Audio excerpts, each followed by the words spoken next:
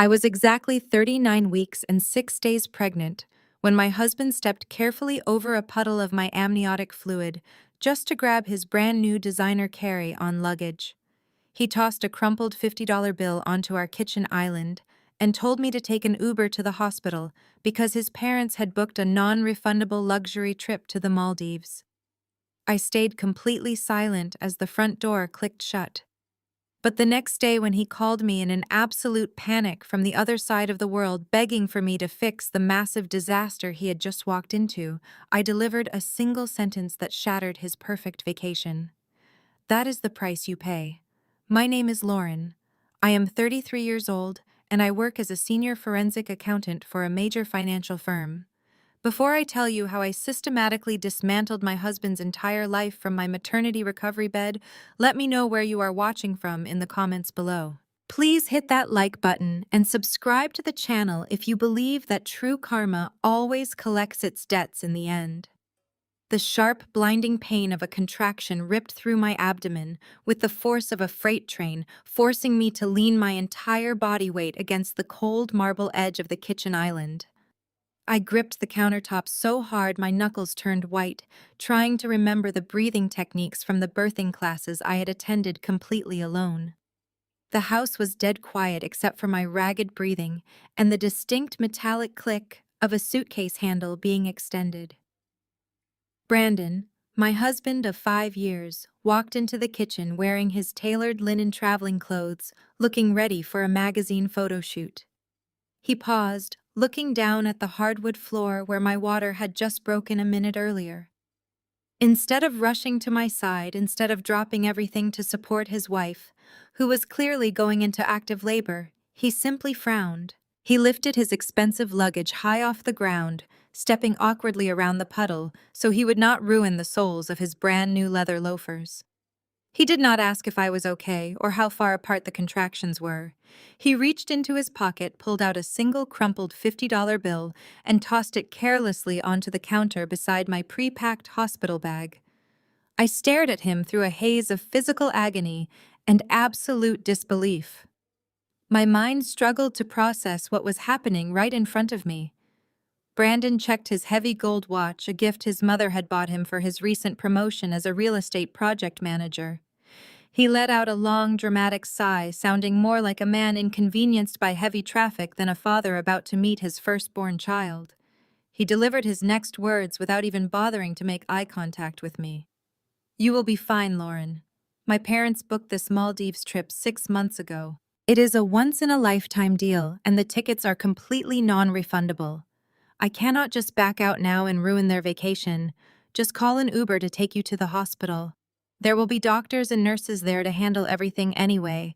That is literally their job. My dad is already waiting in the driveway, and my mom is complaining about missing our pre-flight drinks in the airport lounge. I really have to go. I will make it up to you when I get back in 2 weeks." There was no hesitation in his voice and absolutely no apologies for abandoning his wife and unborn child. He simply grabbed his sunglasses, adjusted his collar, and turned his back on me. Most women would have screamed at the top of their lungs in that moment. Most women would have collapsed onto the floor, sobbing hysterically, begging the universe to explain why the man they loved could be so profoundly cruel and heartless. But I did not shed a single tear. The pain radiating through my lower back was intense, yet my mind suddenly became crystal clear.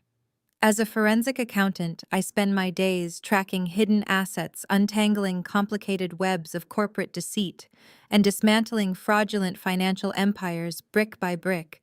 Panic is simply not in my professional vocabulary. I watched in absolute freezing silence as he pulled his luggage over the threshold and pulled the front door shut behind him. A moment later, I heard the heavy thud of his father's vehicle doors closing, followed by the loud crunch of gravel as they sped away toward the airport. I was entirely alone in the empty house.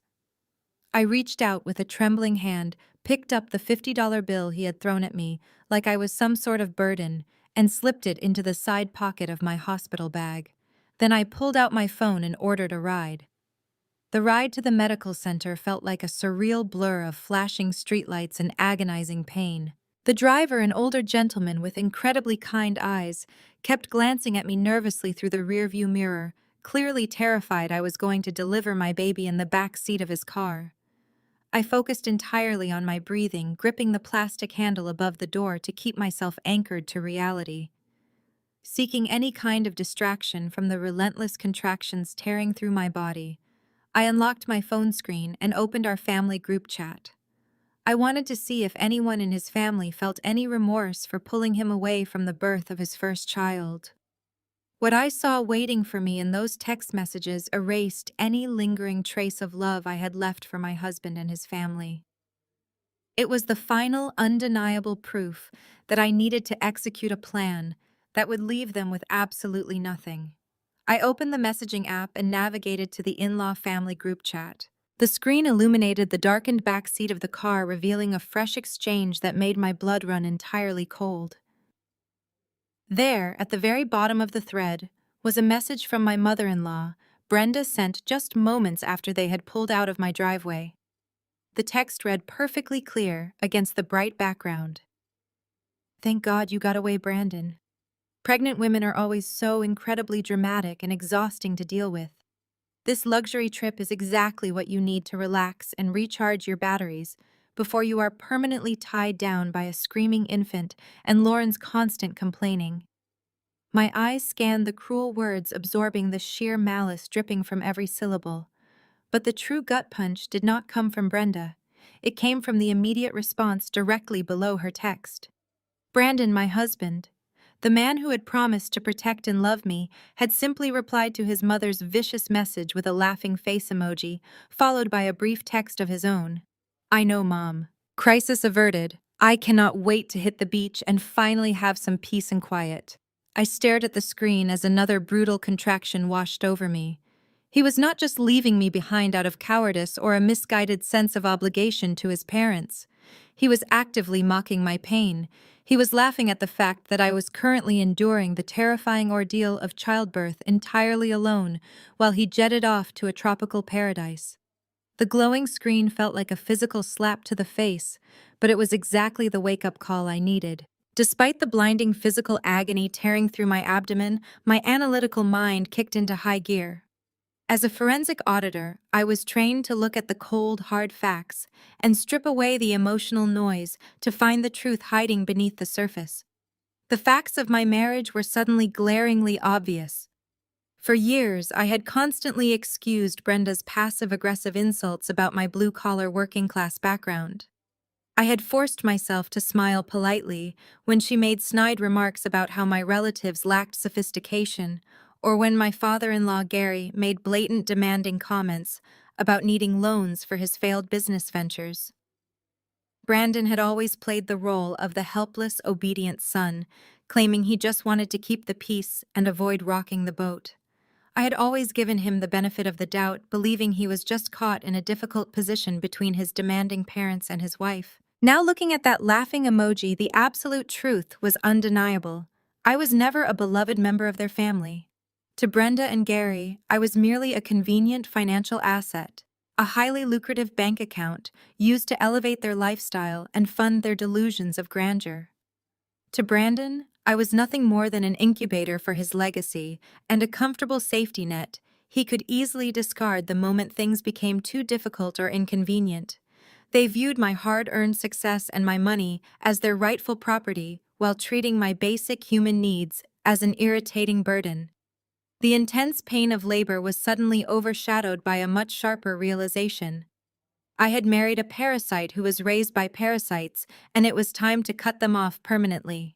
As the Uber finally pulled up to the brightly lit emergency room entrance of the hospital, my driver rushed around to open my door with a look of sheer panic on his face. The nurses were already rushing out with a wheelchair, having been alerted by the driver as we approached the drop-off zone. I eased myself into the chair, gripping the armrests as the hospital staff began wheeling me quickly through the automatic doors. Before they could ask me a barrage of intake questions or demand to see my insurance information, I held up a hand to pause them.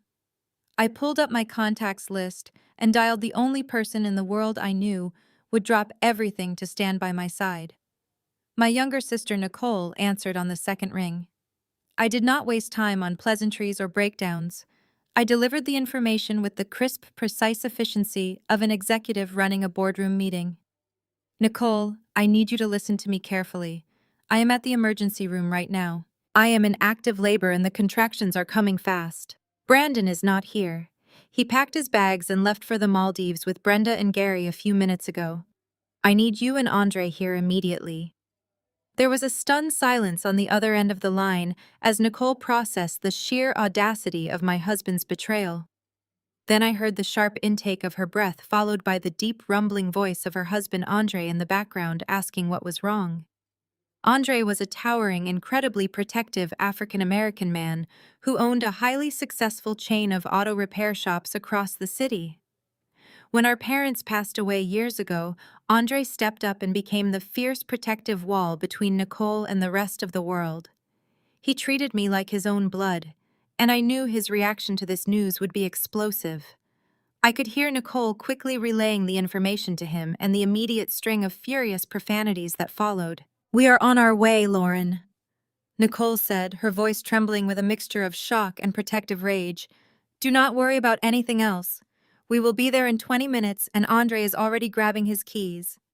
I hung up the phone and handed my ID to the admitting nurse, finally allowing myself to be rolled into the brightly lit chaos of the labor and delivery ward. The battle lines were drawn. I had barely settled into my delivery room and endured the initial fetal monitoring when the double doors flew open. True to her word, Nicole arrived in under 20 minutes, sprinting through the hospital corridors with an absolute frantic desperation that immediately brought a wave of comfort to my isolated heart. Right on her heels was my brother-in-law, Andre. Standing 6 feet 3 inches tall with remarkably broad shoulders and an imposing physical presence, Andre completely filled the doorway.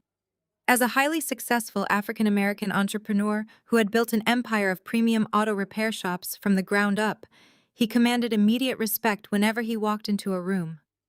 More importantly, though, he possessed a fiercely protective nature regarding anyone he considered his true family. When our parents passed away, he had taken his vows to protect and cherish my younger sister to an entirely different level, extending that unwavering loyalty to me as well. Seeing them burst into the sterile clinical environment of the maternity ward, I felt a sudden, overwhelming surge of relief. The terrifying isolation of facing childbirth completely alone vanished the second Nicole rushed to my bedside, grabbing my hand tightly in both of hers. Her face was flushed from running, and her eyes scanned me anxiously, searching for any signs of immediate distress. Behind her, Andre stood like an impenetrable fortress, surveying the medical equipment and making sure the nursing staff was treating me with the utmost priority. He placed a heavy, comforting hand on my shoulder, projecting a quiet strength that grounded me through the escalating pain. I did not need Brandon. I had my real family right here, and they were the only true support system I would ever genuinely need. The moment the attending nurse finished checking my vitals and briefly stepped out of the room to review my chart, the carefully contained tension inside Andre finally snapped. Nicole turned to him, her voice trembling with disbelief, as she recounted the exact details of what I had told her on the phone during their drive over.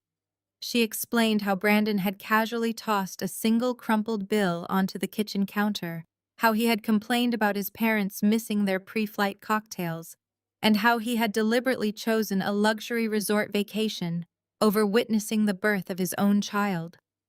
Upon hearing the full scope of what Brandon did, the veins in Andre's neck visibly bulged, and his jaw clenched so tightly I thought his teeth might shatter. He turned away from my bed and paced toward the far end of the small hospital room, his heavy work boots striking the linoleum floor with terrifying force. For a split second, I genuinely thought he was going to punch a massive dent straight into the hospital waiting room wall, just to release the explosive anger radiating from his massive frame. He stopped and took a deep, ragged breath, fighting to keep his explosive temper in check for my sake. He turned back to face me, his dark eyes blazing with a protective fury that was both intimidating and deeply reassuring. "Give me the word, Lauren," Andre growled, his voice rumbling from deep within his chest with a suppressed rage that vibrated through the tiny room. I know exactly which terminal his international flight departs from. I will call my guys who run security at the airport right now. I will have them halt his departure line, and I will drive down there myself to drag his cowardly ass straight off that tarmac.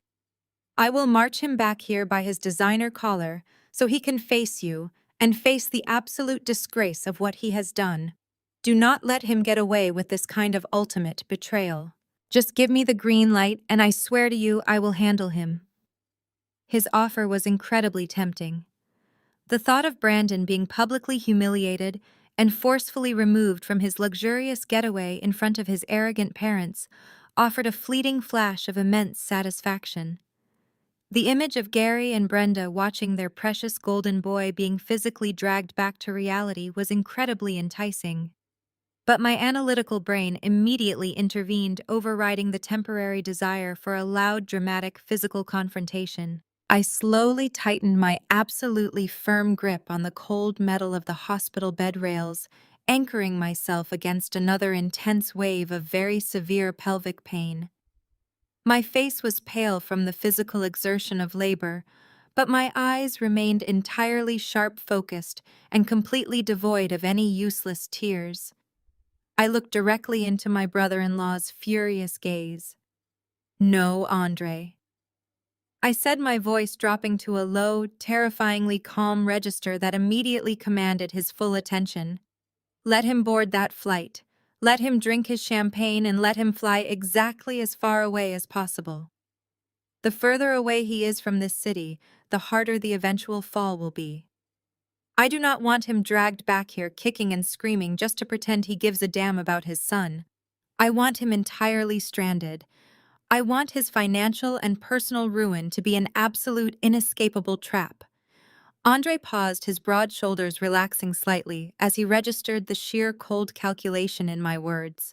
He looked at me closely, recognizing the extremely dangerous calm of a senior forensic accountant who was already mentally auditing and dismantling her enemy's entire existence. He knew my professional capabilities better than anyone, and he understood exactly what my tone implied. I was not playing a game of petty revenge. I was initiating a systematic total destruction of my husband's privileged reality. A slow, respectful grin spread across Andre's face, replacing his earlier explosive fury. He recognized the shift in my demeanor and nodded his head in absolute, unwavering solidarity. "Whatever you need," he stated, stepping back to take his position as my dedicated guardian at the heavy wooden door. "I am perfectly ready now." The next 14 hours tested every physical and mental limit I possessed. Labor is a grueling, brutal marathon under the best of circumstances, but enduring it without the man who helped create the life inside you adds a profound psychological weight to every single contraction. The sterile white walls of the delivery room seemed to close in as the sun set and rose again, marking the agonizing, slow passage of time. Through it all, my incredible sister Nicole never left my side for a single second. She wiped the cold sweat from my forehead with a damp cloth, fed me ice chips when my throat went completely dry, and held my hand so tightly her own knuckles turned white. She whispered fierce, continuous words of encouragement, drowning out the deafening silence left by my absent husband. Just outside the heavy delivery room door, Andre stood absolute guard like a stone sentinel. He managed the hospital staff with his commanding physical presence, ensuring that doctors and nurses attended to my every medical need without delay. Whenever I opened my eyes between the blinding waves of pain, I could see his tall, broad frame pacing the hallway or stepping inside to hand Nicole fresh water. He shielded me from the chaotic, busy hospital environment, making sure I felt entirely safe and protected. The physical absence of Brandon was completely eclipsed by the overwhelming, undeniable love of the real family who actually showed up for me.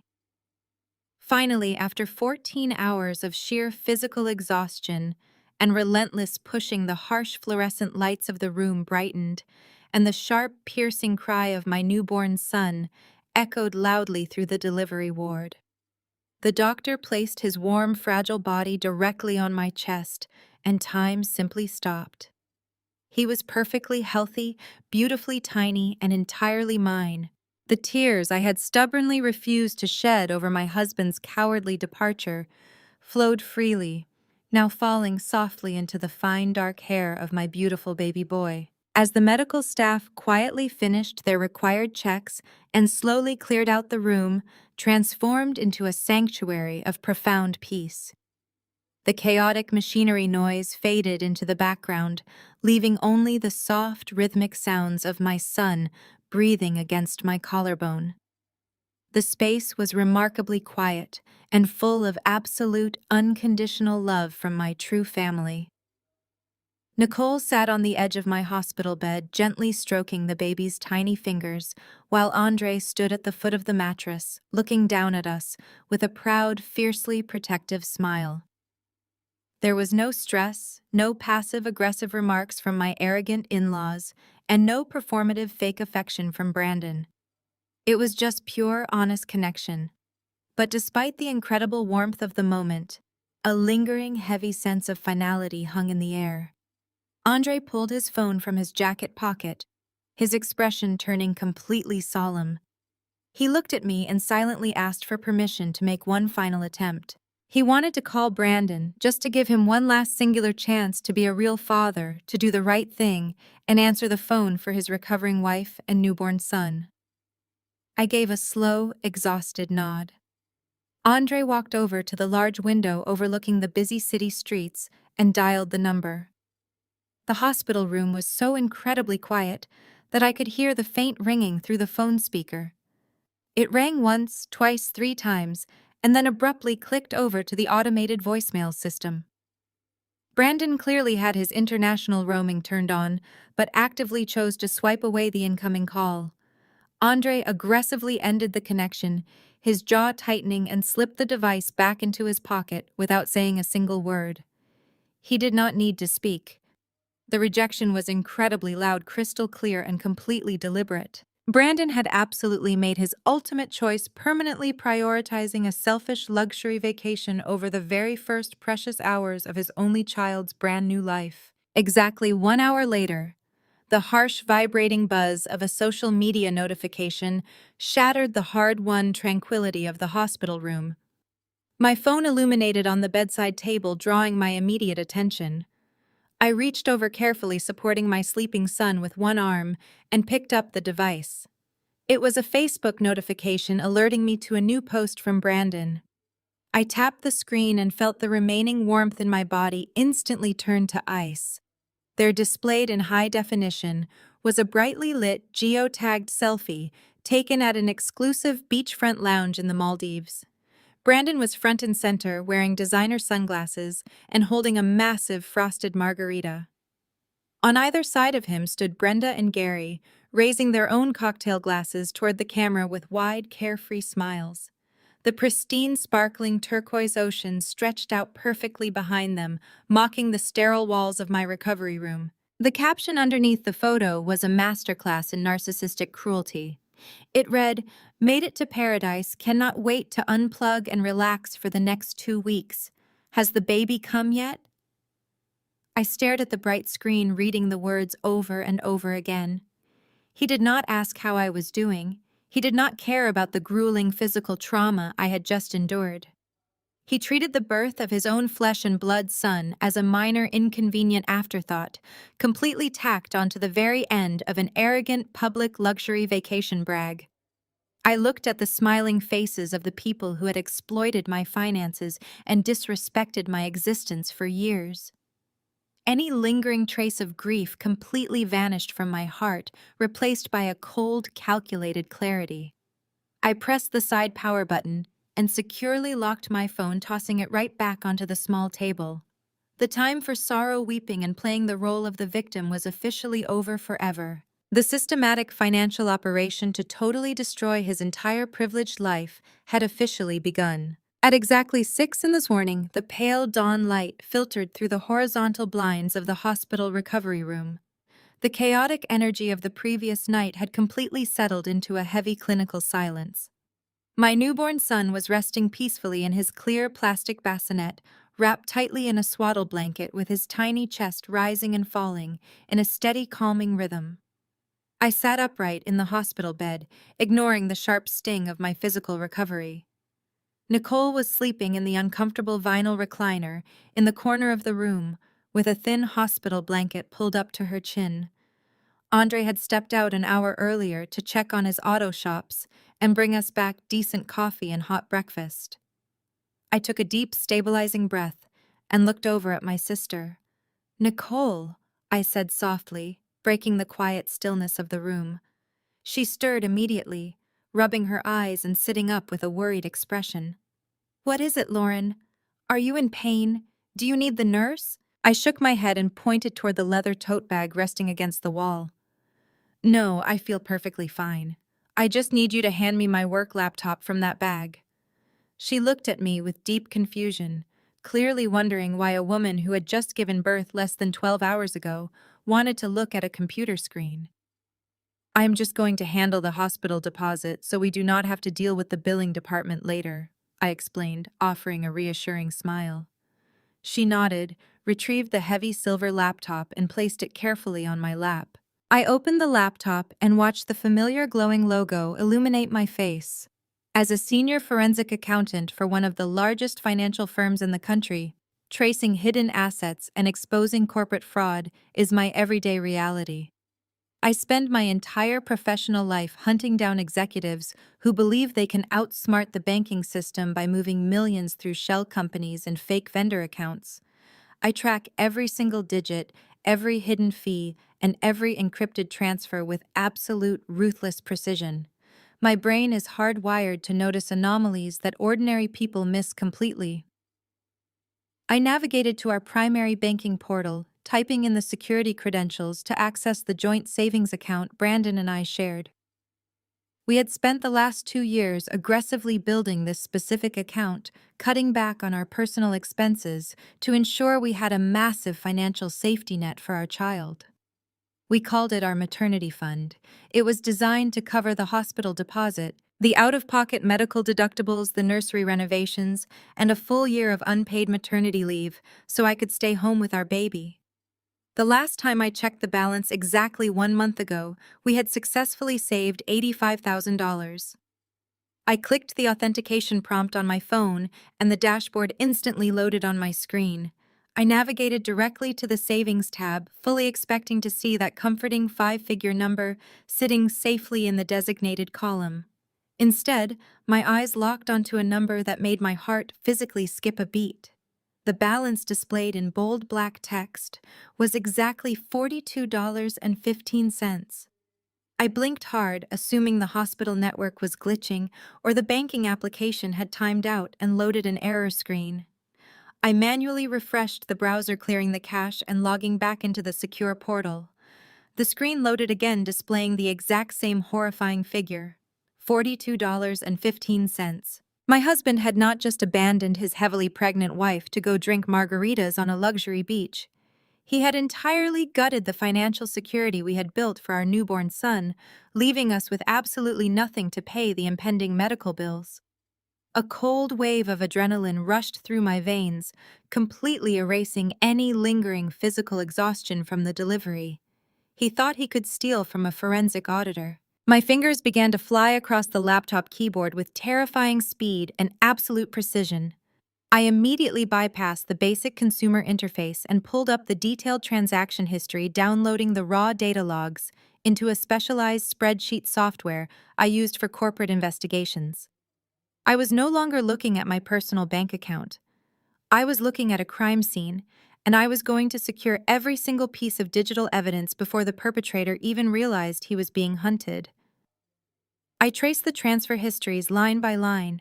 The $85,000 had not been withdrawn in one massive lump sum, which would have triggered an automatic fraud alert and required verbal confirmation from both account holders. Instead, the money had been systematically siphoned out in carefully calculated increments over the last 3 weeks. Brandon had executed multiple wire transfers, moving amounts perfectly structured to fly just under the bank's manual review threshold. I tracked the routing numbers and pulled the IP logs attached to the digital authorizations. He had initiated every single transfer from his office computer at his real estate firm. But the money did not go to his personal checking account or a domestic travel agency to pay for his luxury vacation. I followed the digital breadcrumbs through two intermediary holding accounts before finding the ultimate destination. The funds had been wired directly into a newly established offshore account located in the Cayman Islands. He had purposely moved the money outside of standard United States legal jurisdiction, believing that creating an international barrier would prevent me from easily freezing or recovering the stolen assets during a messy divorce. He had planned this massive theft meticulously while smiling in my face and painting the nursery. He genuinely believed he had executed the perfect financial crime against his own family. I saved the offshore routing details and exported every single IP log, securing the raw data on my encrypted local drive. The audit had officially begun. The stolen $85,000 was a devastating discovery, but my professional intuition warned me that a thief rarely stops at cash when other liquid assets are readily available. The missing maternity fund was just the very tip of a much larger financial iceberg. I minimized the banking spreadsheet and logged directly into my secure credit monitoring dashboard. I needed to see exactly how far Brandon had gone to finance his sudden desire for a luxurious bachelor lifestyle. The dashboard loaded, and a massive glowing red flag immediately dominated the center of my screen. A hard credit inquiry had been pulled against my social security number exactly 14 days ago. My eyes tracked across the data row, identifying the source of the inquiry as a major national mortgage lender. Brandon had submitted a formal application for a $50,000 home equity line of credit, heavily leveraging the equity in the marital home we shared. The sheer audacity of his actions made my chest tighten. He was not satisfied with merely draining our cash reserves. He actively tried to put a lien on the roof over his unborn child's head, just to impress his arrogant parents on a tropical island. I clicked through to view the full application documents that had been electronically filed. He had used my personal information, my high credit score, and my extensive employment history to guarantee the loan approval. My hands remained perfectly steady as I downloaded the application file. He thought he was a genius playing the system, but he had severely underestimated the woman he married. The blatant disregard for our family's future was staggering. He had willingly jeopardized everything we had built just to fund a fleeting moment of fabricated high society status. Every keystroke he made was a betrayal. I archived the PDF files into my secure folder, ensuring the evidence was perfectly preserved.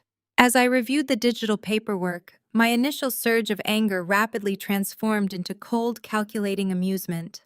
Brandon had indeed attempted the ultimate financial scam, trying to leverage the substantial equity in our marital home for immediate cash.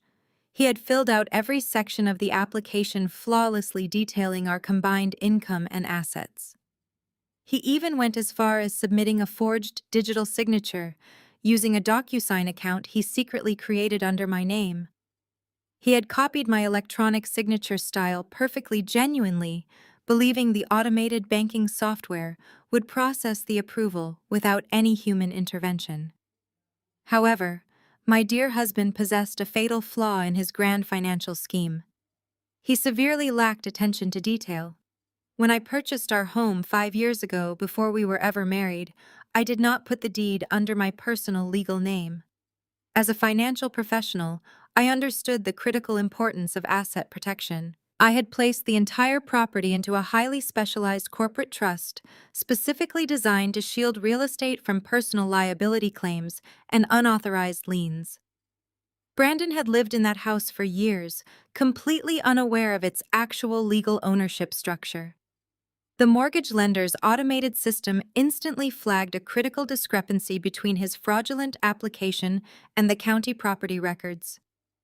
Because the house was legally owned by the corporate trust, Any equity withdrawal required a secondary layer of identity verification, including a notarized physical signature from the designated trustee, which was me. The bank's fraud detection algorithms immediately recognized the invalid DocuSign attempt and halted the entire process. They completely rejected his $50,000 loan application within 24 hours of its submission. I stared at the rejection notice displayed on my laptop screen, feeling a profound sense of vindication. His attempt to mortgage our baby's future had failed spectacularly, and the digital footprint of his attempted felony was now permanently recorded on the bank's servers. He had handed me the exact weapon I needed to destroy him entirely. His sheer ignorance of basic corporate law was his absolute undoing. I captured high-resolution screenshots of the automated denial letters, verifying the exact timestamps of his criminal failure. The paper trail he created was an absolute masterpiece of self-incrimination. With the home equity loan brutally rejected and the departure date for his luxury vacation rapidly approaching, Brandon had clearly entered a state of absolute desperation.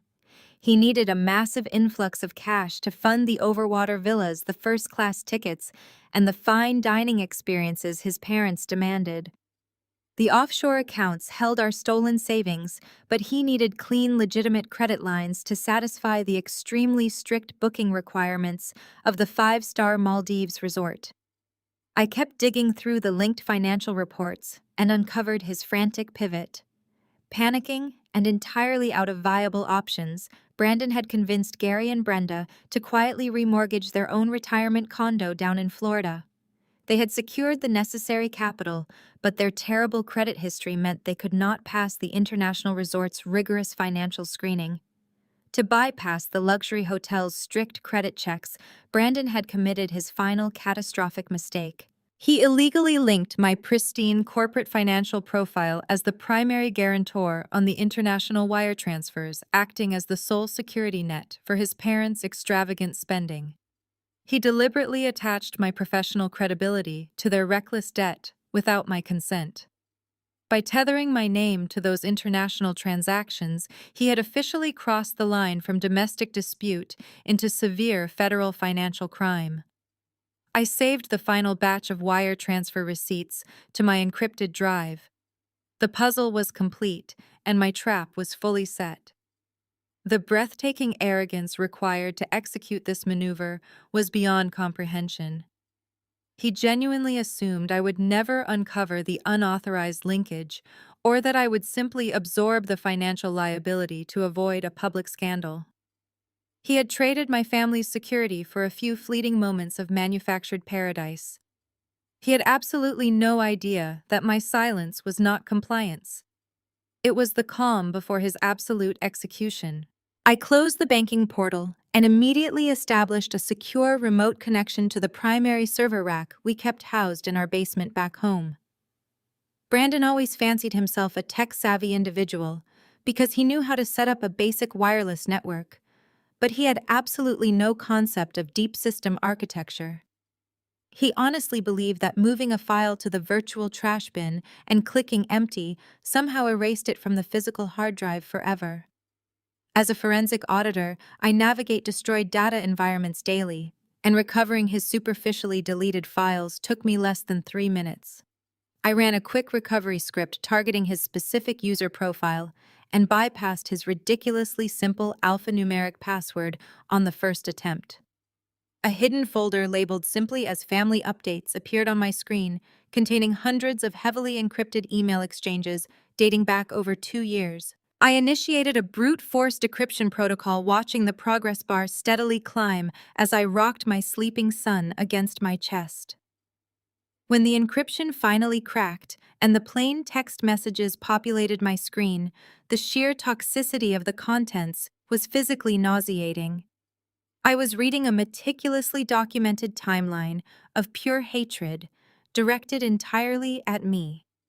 The emails between my husband and his mother were not casual family updates or normal conversations about weekend plans.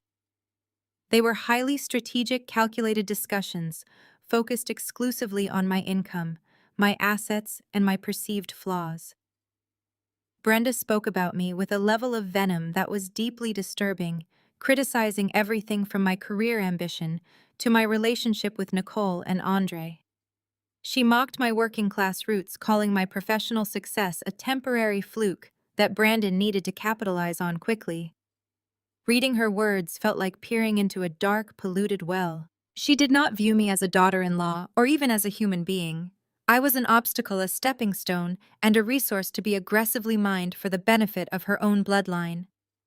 The sheer volume of correspondence dedicated to tracking my bonus payouts and stock options proved that this was a coordinated long-term financial ambush. As I scrolled deeper into the recovered inbox, the underlying motive behind the massive $85,000 theft became chillingly clear. Brenda was not just offering unsolicited maternal advice. She was actively coaching my husband on how to commit financial espionage within our marriage. I opened a message string dated just a few days after we announced my pregnancy, and the text was utterly damning. Brenda had written a long, manipulative paragraph specifically targeting Brandon's deeply rooted insecurities about his career and his masculinity. "She makes significantly more money than you, Brandon," she wrote, her words dripping with toxic encouragement.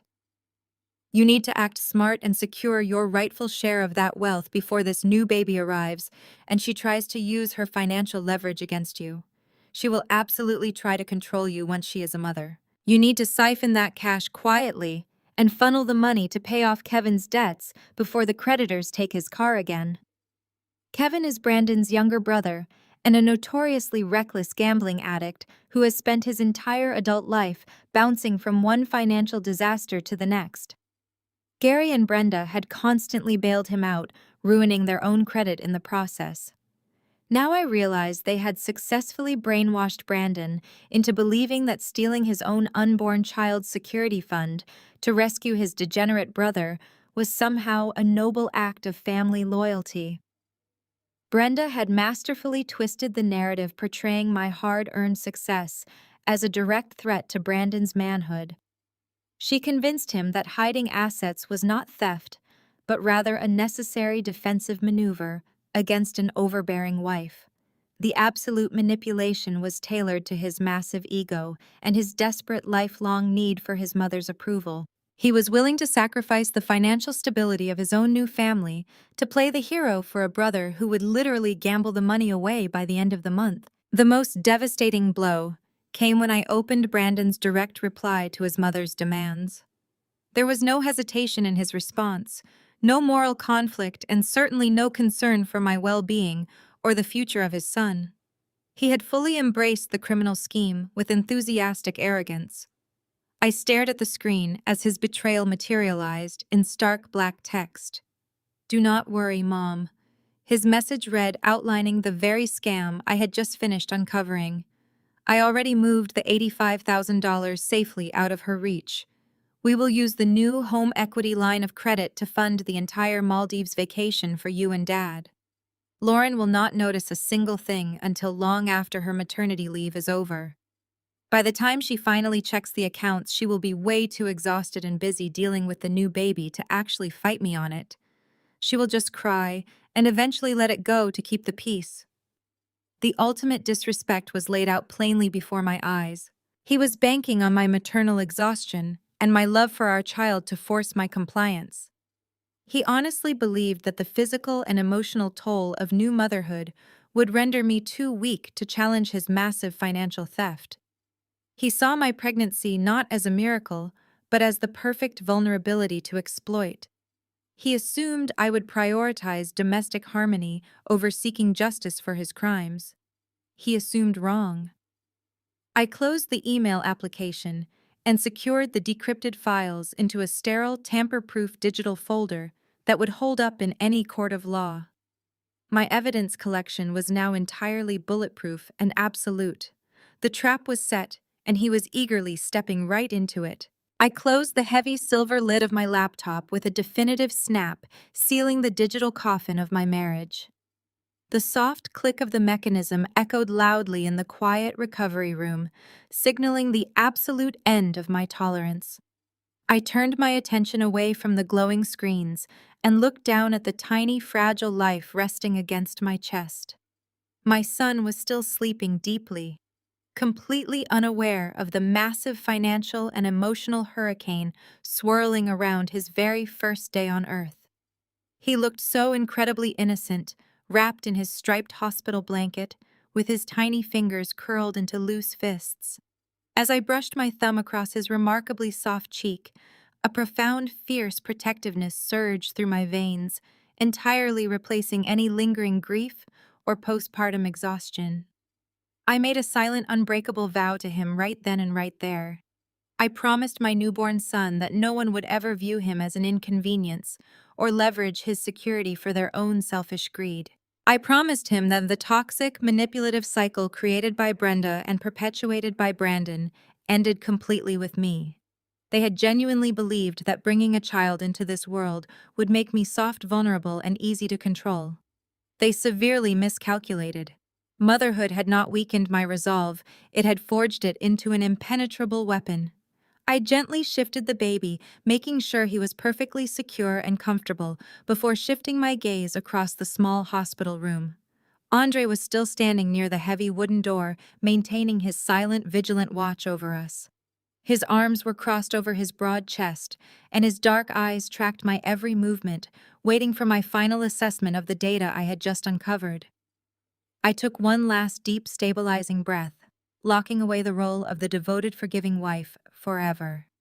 I was strictly operating as a mother and a forensic accountant now. I looked directly at my brother-in-law, my voice dropping to a low, terrifyingly calm register that immediately commanded his full attention in the quiet room. "Andre," I said, holding his steady gaze without blinking. "Remember that notoriously ruthless high-asset divorce attorney whose classic Mustang you fully restored at your main shop last year? The one who has a reputation for absolutely dismantling fraudulent spouses in court and taking no prisoners during settlement negotiations. I need him right here in this recovery room. Now." Andre slowly uncrossed his arms, his posture shifting from passive guarding to active engagement. A terrifying, predatory smile spread across his face, completely transforming his features. He knew exactly who I was talking about. The lawyer was legendary in our city for his cold, calculating approach to high-net-worth divorces and his absolute refusal to entertain manipulative stall tactics. He was a legal shark who smelled blood in the water from miles away, and he owed my brother-in-law a massive personal favor for sourcing impossible-to-find parts for his prized vehicle. "Consider him hired." "Lauren Andre?" rumbled his deep voice, vibrating with genuine satisfaction. He pulled his smartphone from his jacket pocket, already scrolling through his priority contacts list. "I will call his personal cell phone right now. He owes me big time, and he loves a case with an airtight paper trail. I will tell him to drop whatever he is doing and bring his emergency filing kit directly to this hospital." Nicole sat up straighter in her chair, her eyes wide with supportive anticipation as she watched us orchestrate the legal strike. We were not just preparing to file standard divorce paperwork, we were actively arming a financial and legal warhead. Andre stepped out into the busy hospital corridor to make the call, his massive frame disappearing behind the heavy door. I gently rubbed my son's back, feeling the steady rhythm of his tiny heartbeat. The hardest part of the emotional separation was already completely over. Now it was purely a matter of precise legal execution and ensuring that Brandon faced the absolute maximum penalty for his staggering financial crimes. The attorney arrived at the hospital ward less than an hour later, striding confidently into my room with a thick leather briefcase and a sharp professional demeanor. He did not offer any empty platitudes or waste time expressing fake sympathy for my situation. Instead, he took one look at the heavily encrypted flash drive containing all the wire transfer logs, offshore routing numbers, and the recovered emails proving premeditated financial theft, and simply nodded with vicious approval. I sat up in my hospital bed, using a hard plastic food tray as a makeshift desk. With absolute unyielding certainty, I signed my name across the initial divorce filings, officially terminating my marriage to a coward. Next, I signed the emergency custody orders, ensuring Brandon would have absolutely zero legal right to make decisions regarding our newborn son. Finally, my pen glided across the most critical document of all, a comprehensive financial restraining order that would legally lock him out of any remaining domestic assets. The lawyer carefully gathered the signed documents back into his leather briefcase, snapping the brass locks shut with a satisfying click.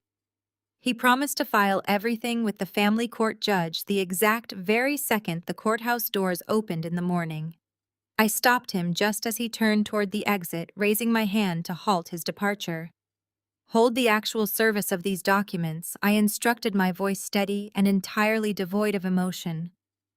Do not serve him officially until I give you the explicit green light. I want him to experience the full weight of his consequences exactly when he feels the most untouchable. The lawyer smirked, recognizing the tactical brilliance of a delayed strike. He agreed to hold the paperwork perfectly ready for my command. I had a few crucial phone calls to make first. I pulled my phone from the hospital tray table and dialed a direct unlisted number I knew by heart. It belonged to the regional director of Apex Bank, a man whose massive corporate accounts I personally audited every single fiscal quarter. He answered on the second ring, his voice carrying the relaxed tone of someone expecting a friendly professional update. I bypassed the pleasantries, completely shifting instantly into the sharp, authoritative cadence I used during high-stakes financial reviews. I informed him that I was formally reporting a severe, clear-cut case of identity theft and intentional wire fraud involving my personal credentials. I detailed exactly how my husband had systematically drained $85,000 from our joint maternity savings and illicitly funneled it through intermediary routing numbers into an offshore shell account. Then I dropped the heaviest piece of evidence, outlining his failed $50,000 home equity line of credit application and his subsequent desperate maneuver. I explained precisely how Brandon had circumvented international hospitality credit checks by maliciously tethering my pristine corporate financial profile as the primary guarantor on the wire transfers used to remortgage his parents' Florida condominium. I emphasized that he executed these transactions entirely without my knowledge, authorization, or physical presence. The regional director fell completely silent on the other end of the line, absorbing the staggering magnitude of the unauthorized financial movements. He knew my flawless reputation for absolute accuracy and understood immediately that I possessed the exact digital receipts to back up every single claim. The relaxed demeanor vanished from his voice, entirely replaced by the cold, urgent efficiency of a senior banking executive facing a massive breach. He asked me to verbally confirm my identity and security PIN for the official recording. I complied without a single ounce of hesitation, handing him the verbal authority to initiate the absolute destruction of Brandon's financial existence. The bank director did not waste a single second. While keeping me on the secure line, he immediately bypassed standard customer service protocols and directly triggered a Level 1 federal fraud alert across their entire banking network. The massive digital gears of the financial institution began turning with terrifying speed, permanently locking down every single asset connected to my husband's name. Brandon's primary checking accounts, his personal savings, and all of his high-limit premium credit cards were frozen instantly, rendering them absolutely useless pieces of dead plastic. The joint accounts we previously shared were entirely restricted, preventing any further withdrawals, while preserving the precise digital evidence of his earlier theft. But the true masterpiece of this financial lockdown extended far beyond our local domestic branches. Because Brandon had utilized the illicitly guaranteed funds to pay for an extravagant overseas vacation, the director escalated the response to involve international banking protocols. The massive wire transfers Brandon had sent to the five-star resort in the Maldives to secure the overwater villas and cover their exorbitant upfront incidentals were immediately flagged as highly fraudulent transactions. The global banking network operated with incredible and ruthless efficiency, initiating a hard stop on the pending international clearances. The funds that the luxury resort assumed were safely processing were abruptly reversed and locked in a secure transit holding account, pending a full criminal investigation. The resort's accounting department, would receive the automatic notification of the reversed payments during their routine nightly audit, which was rapidly approaching in their time zone. Brandon was currently sitting on a pristine white sand beach, entirely oblivious to the fact that his financial blood supply had just been completely severed. He had absolutely no access to cash, no working credit lines, and zero ability to pay for the obscenely expensive vacation he had stolen to impress his arrogant parents. The safety net he thought he had so cleverly constructed out of my hard-earned professional credibility was entirely dissolved, leaving him completely exposed and incredibly vulnerable in a foreign country. The sheer magnitude of the freeze ensured he could not simply call a customer service representative to charm his way out of the block. He was officially locked out of the global banking system and permanently branded a severe financial risk by the highest authorities. The immediate financial freeze was a devastating tactical strike, but the subsequent legal ramifications were what would ultimately bury him permanently. By choosing to fraudulently link me as a financial guarantor on international wire transfers without my explicit written consent, Brandon had crossed a massive boundary. This was no longer a simple domestic dispute over marital funds or a messy divorce tactic.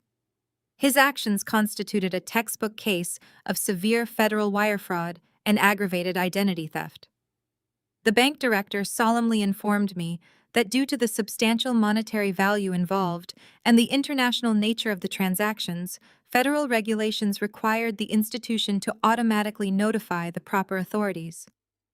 The bank's internal compliance department was already packaging the digital evidence logs, the forged application timestamps, and the unauthorized wire confirmations to submit directly to federal investigators. The legal dominoes he had foolishly set up were now falling in rapid succession, creating an inescapable chain reaction of criminal liability. He had deliberately manipulated the system to finance a luxury getaway, completely ignoring the severe federal statutes designed to prevent exactly this kind of financial espionage. The authorities would soon possess an airtight, totally flawless paper trail, proving his deliberate malicious intent to defraud both his wife and the banking institution. I thanked the regional director for his incredibly swift, decisive action and completely smoothly ended the call. The heavy machinery of justice was now moving entirely under its own unyielding momentum, rapidly accelerating toward my husband's absolute ruin. He had eagerly wanted to play high-stakes financial games behind my back, and now he was about to face the federal government as his ultimate opponent. There was absolutely no maneuvering out of this incredibly tight corner he had confidently painted himself into. The trap was securely locked shut permanently for good. With the massive banking infrastructure securely locked down, I turned my attention to the specific logistical details of his precious vacation. As a senior executive at my firm, I possessed access to a highly exclusive tier of corporate travel benefits. These were not standard consumer discounts, but heavily negotiated corporate perks designed strictly for elite partners traveling on authorized company business. I opened a new browser tab and navigated directly to my secure corporate travel portal, utilizing my employee identification number to bypass the standard login screen. The dashboard loaded immediately, populating a comprehensive list of all active travel itineraries linked to my profile. Right at the very top of the active bookings list sat a meticulously detailed reservation for an ultra-luxury resort located in the Ba Atoll of the Maldives. I clicked the confirmation number to expand the billing breakdown, and the sheer audacity of his logistical maneuvering made my jaw tighten. Brandon had completely bypassed the public booking sites and intentionally logged into my corporate portal to secure an incredibly lucrative employee discount. He had specifically reserved their most expensive overwater presidential villa, a massive property that normally commanded a staggering rack rate of $2,000 per night. By illicitly applying my executive corporate code, he had successfully slashed the daily room rate by an impressive 40%, making the extravagant luxury appear somewhat manageable to his arrogant parents. However, securing the discounted daily rate was only the first part of his scam. To finalize the international reservation, the luxury resort required an exceptionally high incidental deposit to cover potential damages and premium room service charges.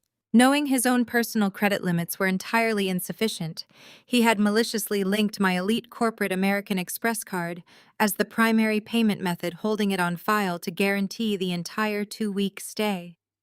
He had essentially forced my employer to inadvertently underwrite his fraudulent family getaway. The sheer entitlement required to steal corporate resources for a personal beach trip was staggering.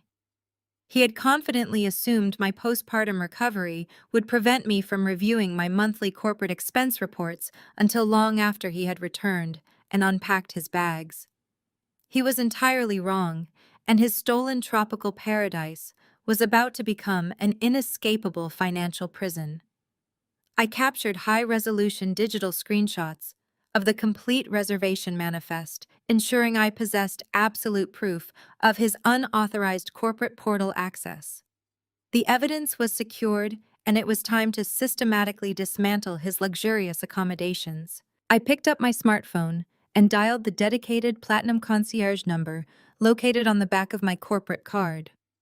A highly trained customer service representative answered immediately, greeting me by my formal title and asking how she could assist with my active travel itinerary.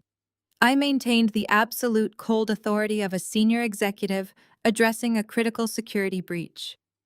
My husband deliberately stole my corporate card details and bypassed the security protocols on my employee travel portal. I stated clearly, my voice crisp and entirely unwavering. I am absolutely not authorizing this current international stay. You need to cancel the applied corporate rate immediately, remove my American Express card from the hotel file, and initiate an instant chargeback for any incidental holds currently pending on the account. The representative typed rapidly, her keyboard clicking loudly through the phone speaker as she pulled up the fraudulent booking. "I am incredibly sorry for this massive security breach, ma'am," she replied, her tone shifting into urgent professional compliance. "I am stripping the corporate discount code from the reservation right now and permanently deleting your payment information from the property management system. Is there anything else you need me to secure?" Yes, I continued my strategic assault. He also utilized my accumulated executive mileage account to book 3 round-trip first-class flights. "I need you to completely revoke those return flights immediately and flag the passenger profiles for unauthorized mileage redemption. Do not issue any travel vouchers or future flight credits to his name." The representative confirmed the swift execution of my direct orders. The corporate safety net he had so arrogantly relied upon was completely eradicated in under 5 minutes. The elite concierge agent verbally confirmed that the massive digital alterations had been successfully pushed to the international reservation system. "I can guarantee that your corporate assets are entirely completely secured," she assured me, before professionally ending the phone call. I set my phone down on the hospital tray table, feeling a deep, profound sense of tactical satisfaction. I understood exactly how luxury international hospitality billing systems operated. The moment the global network refreshed and updated the local property database, the resort's automated accounting software would instantly detect the sudden removal of the primary guarantee card. The system would immediately flag the Overwater Presidential Villa as an unsecured high-risk reservation. Furthermore, without my exclusive corporate discount code actively applied to the booking, the daily room charge would instantly violently revert back to the astronomical $2,000 rack rate. The hotel management would be automatically alerted to the severe billing discrepancy, and they would swiftly demand immediate full payment in cash or the presentation of a new valid premium credit card to cover the massive outstanding balance. Brandon would be forcefully confronted by the strict resort management the very second the nightly audit completed its cycle. He would confidently hand them his personal credit cards, fully expecting them to clear the exorbitant charges. He had absolutely no idea that every single piece of plastic in his expensive leather wallet had already been permanently frozen by the federal fraud alert I initiated earlier. He would possess absolutely zero means to pay for the incredibly luxurious room he was currently occupying. The meticulously planned trap I had constructed was now firmly snapped shut, trapping him and his arrogant parents on a tiny isolated island with absolutely no financial resources and completely invalid return tickets. As I sat in the quiet hospital room calculating the exact moment his financial ruin would finalize, my personal cell phone buzzed with an incoming text message. It was from a close friend who worked as a senior benefits coordinator in the human resources department at Brandon's commercial real estate firm. Her message was frantic and filled with genuine terror. She wrote that Brandon submitted emergency leave paperwork yesterday, saying I had suffered a massive hemorrhage during delivery and was currently on life support. She said the entire executive office was completely devastated and praying for me and the baby. I stared at the illuminated screen, completely paralyzed by the sheer sociopathic depth of his lie. He did not simply request standard vacation time to go to the beach. He knew a sudden 2-week luxury vacation request would be instantly denied, given his massive upcoming project deadlines and strict attendance requirements. Instead, he had callously fabricated a horrific medical tragedy involving my absolute near-death to explicitly exploit his company's generous compassionate leave policy. He had weaponized my pregnancy and falsely claimed I was fighting for my absolute life in an intensive care unit, just so he could securely continue receiving his full executive salary while sipping premium cocktails on a tropical island. The breathtaking audacity required to submit falsified medical emergency documents to a corporate human resources department was entirely staggering. He was actively defrauding his employer while simultaneously defrauding his wife and stealing from his newborn son. The layered magnitude of his deception was absolutely infinite. I took a deep, steadying breath and replied to my friend, assuring her I was perfectly fine and had just delivered a beautifully healthy baby boy without any major complications. I explicitly instructed her not to mention my reply to anyone else in her department just yet. The sophisticated financial trap I was systematically building required one final, perfectly executed corporate strike to seal his fate completely. I handed my phone to Nicole and asked her to take a quick, high-quality photograph of me, securely holding my new son. I adjusted my posture, sitting up completely straight against the stiff hospital pillows, and brushed my hair back so my face was clearly visible and vibrant. I made sure the natural morning light from the window illuminated the healthy flush in my cheeks and the absolute peacefulness of my perfectly healthy sleeping newborn. I smiled a bright, entirely genuine smile, projecting the absolute picture of triumphant recovering motherhood. I meticulously reviewed the image Nicole captured, verifying it completely contradicted the grim life support narrative my husband had so viciously peddled to his executive leadership team. I immediately opened my professional email client on my laptop and began drafting a highly formal message directed straight to the Vice President of Operations at Brandon's commercial real estate firm. This was a man known for his ruthless adherence to strict corporate integrity and his absolute zero-tolerance policy for any employee deception. I carefully added the director of the Human Resources Department to the carbon copy line, ensuring the communication immediately became a permanent, unassailable part of Brandon's official corporate employment record. I attached the beautiful high-resolution photograph Nicole had just taken of me and my son, serving as undeniable visual proof of my excellent physical condition. Then I navigated to my saved digital files and securely attached the second crucial piece of visual evidence. It was the high-definition screenshot of the geotagged Facebook post Brandon had uploaded just a few short hours prior. The image clearly displayed his smug, smiling face holding a massive frosted margarita alongside Brenda and Gary, with the sparkling, pristine waters of the Maldives stretching out beautifully in the background. The embedded metadata attached to the image confirmed the exact location and timestamp, completely destroying his fraudulent claim of keeping a desperate bedside vigil in a local intensive care unit. My preparation was utterly meticulous, leaving absolutely no room for interpretation or denial. I centered my hands over the keyboard and typed the message with professional surgical precision. Dear Management Team, I want to extend my deepest personal gratitude for the remarkable concern and sympathy your executive office has shown my family during this time. Please be absolutely assured that my newborn son and I are perfectly healthy and recovering beautifully without any medical complications whatsoever. I deeply believe my husband Brandon may have severely misrepresented his current whereabouts and fabricated a severe medical crisis to fraudulently secure emergency paid leave from your esteemed organization. He is absolutely not at my hospital bedside today. For your official corporate records, here is a photograph of him currently drinking premium margaritas in the Maldives on a luxury vacation posted to social media by his mother just a few short hours ago. I trust your Human Resources Department will handle this egregious violation of corporate policy appropriately. I proofread the short, devastating message one final time, verifying the tone was entirely polite, professional, and overwhelmingly destructive. It was the ultimate corporate nuke dropped squarely on the foundation of his career.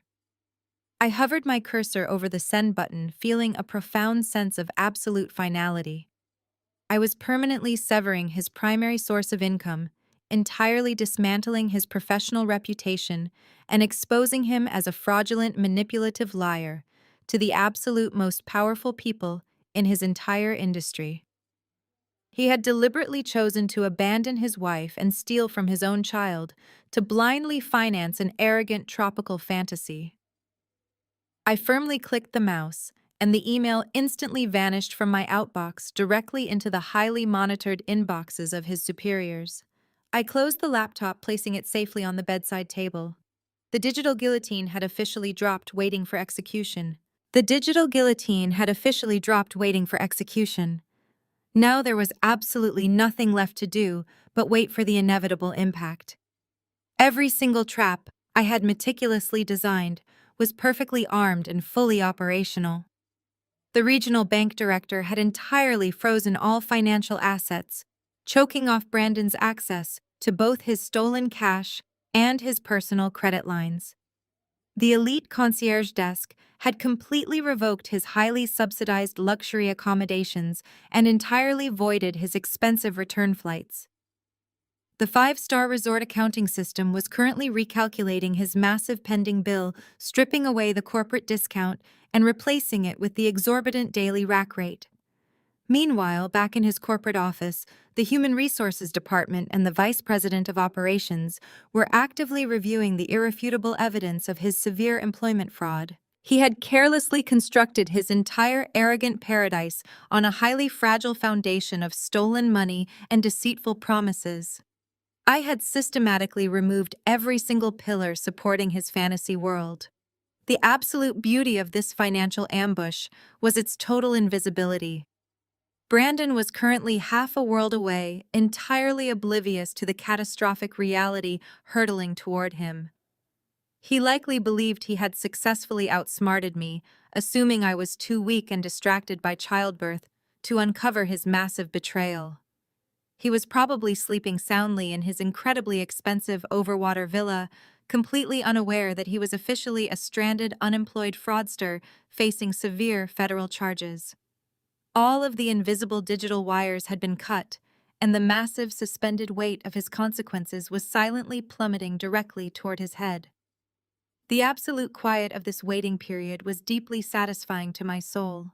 The sheer structural perfection of the trap meant I did not have to lift another finger or utter a single angry word to destroy him completely and permanently. Inside the sterile confines of my hospital recovery room, the atmosphere shifted into a state of profound, tranquil anticipation.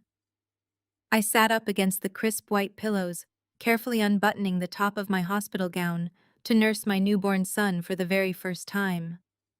The quiet, intimate act of feeding my baby stood in sharp, stark contrast to the absolute financial warfare I had just waged across the globe. He latched on perfectly to me, his tiny hands resting softly against my skin, entirely oblivious to the fierce protective measures his mother had just enacted to securely guarantee his future.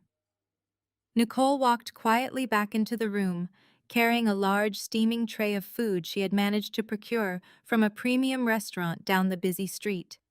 She absolutely refused to let me eat the bland, mass-produced hospital cafeteria food after the grueling physical marathon of labor I had just miraculously survived. She arranged the hot meal carefully over my rolling tray table, placing a gentle, loving kiss on my forehead before sitting back down in her vinyl recliner. In the far corner of the room, Andre had taken up his protective position once again. He sat leaning forward with his elbows resting heavily on his knees, meticulously polishing the face of his heavy silver watch with a small microfiber cloth. The rhythmic, steady circular motion of his large, strong hands was the only movement in the otherwise completely still room. He did not say a single word, but the sharp, intense focus in his dark eyes revealed his absolute readiness for the impending fallout. He was treating the quiet hospital room like a highly secured command center, waiting patiently in the shadows for the arrogant enemy to inevitably detonate the hidden tripwire. The three of us formed an impenetrable united front, an authentic supportive family functioning in perfect, flawless harmony. There was absolutely no lingering anxiety or fear regarding what would happen next. I took a slow, deliberate bite of the warm, delicious food Nicole brought me, savoring the rich, savory flavors, while keeping my phone positioned securely on the very edge of the mattress. We were totally, completely prepared for the exact moment my husband's privileged world would violently, forcefully collapse around him. I quickly glanced down at the digital clock displayed brightly on my laptop screen. It was currently steadily approaching 2 in the afternoon here in the United States. I rapidly calculated the severe geographical time difference in my head, converting the hours with absolute precision. In the remote tropical islands of the Maldives, the time was rapidly approaching 3 in the morning. As a highly seasoned forensic auditor who routinely investigated international corporate hospitality accounts, I knew exactly and flawlessly how luxury resort billing systems successfully operated. Every single premium hotel across the entire globe utilizes automated property management software that runs a mandatory financial process known as the night audit.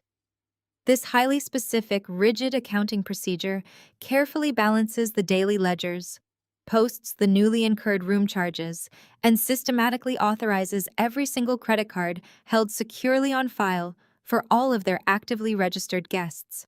The exclusive Maldives resort ran their automated night audit at exactly 3 in the morning local time without fail.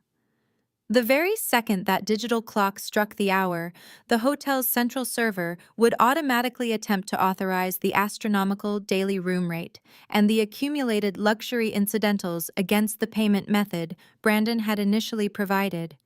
It would violently hit the impenetrable brick wall of my revoked corporate guarantee and the hard federal fraud freeze permanently placed on his personal accounts. The automated system would immediately register a critical catastrophic payment failure. Urgent red flags would instantly flash across the glowing screens of the resort's night managers, forcefully alerting them to a massive unsecured debt occupying their absolute most expensive presidential villa. I watched the minutes tick by on my screen, feeling the adrenaline slowly build in my chest. The inescapable mathematical certainty of the situation was absolutely beautiful. The digital reckoning was precisely scheduled, and it was arriving in exactly 10 very short minutes. The absolute silence of my hospital recovery room was finally broken at exactly 3:15 in the morning Maldives local time. The bright digital display on my laptop screen had just clicked over, confirming the passage of those agonizingly slow final minutes, when the sudden harsh buzzing of my cell phone violently shattered the quiet tension. The screen lit up with a brilliant, blinding glow, casting long, harsh shadows across the sterile white sheets of my bed. It was an incoming FaceTime video call from my husband. I stared down at his name flashing across the glass screen, feeling the sharp, heavy thud of my own heartbeat pounding fiercely against my ribs. I did not immediately reach for the device. Instead, I sat perfectly still, allowing the device to vibrate loudly against the hard plastic tray table.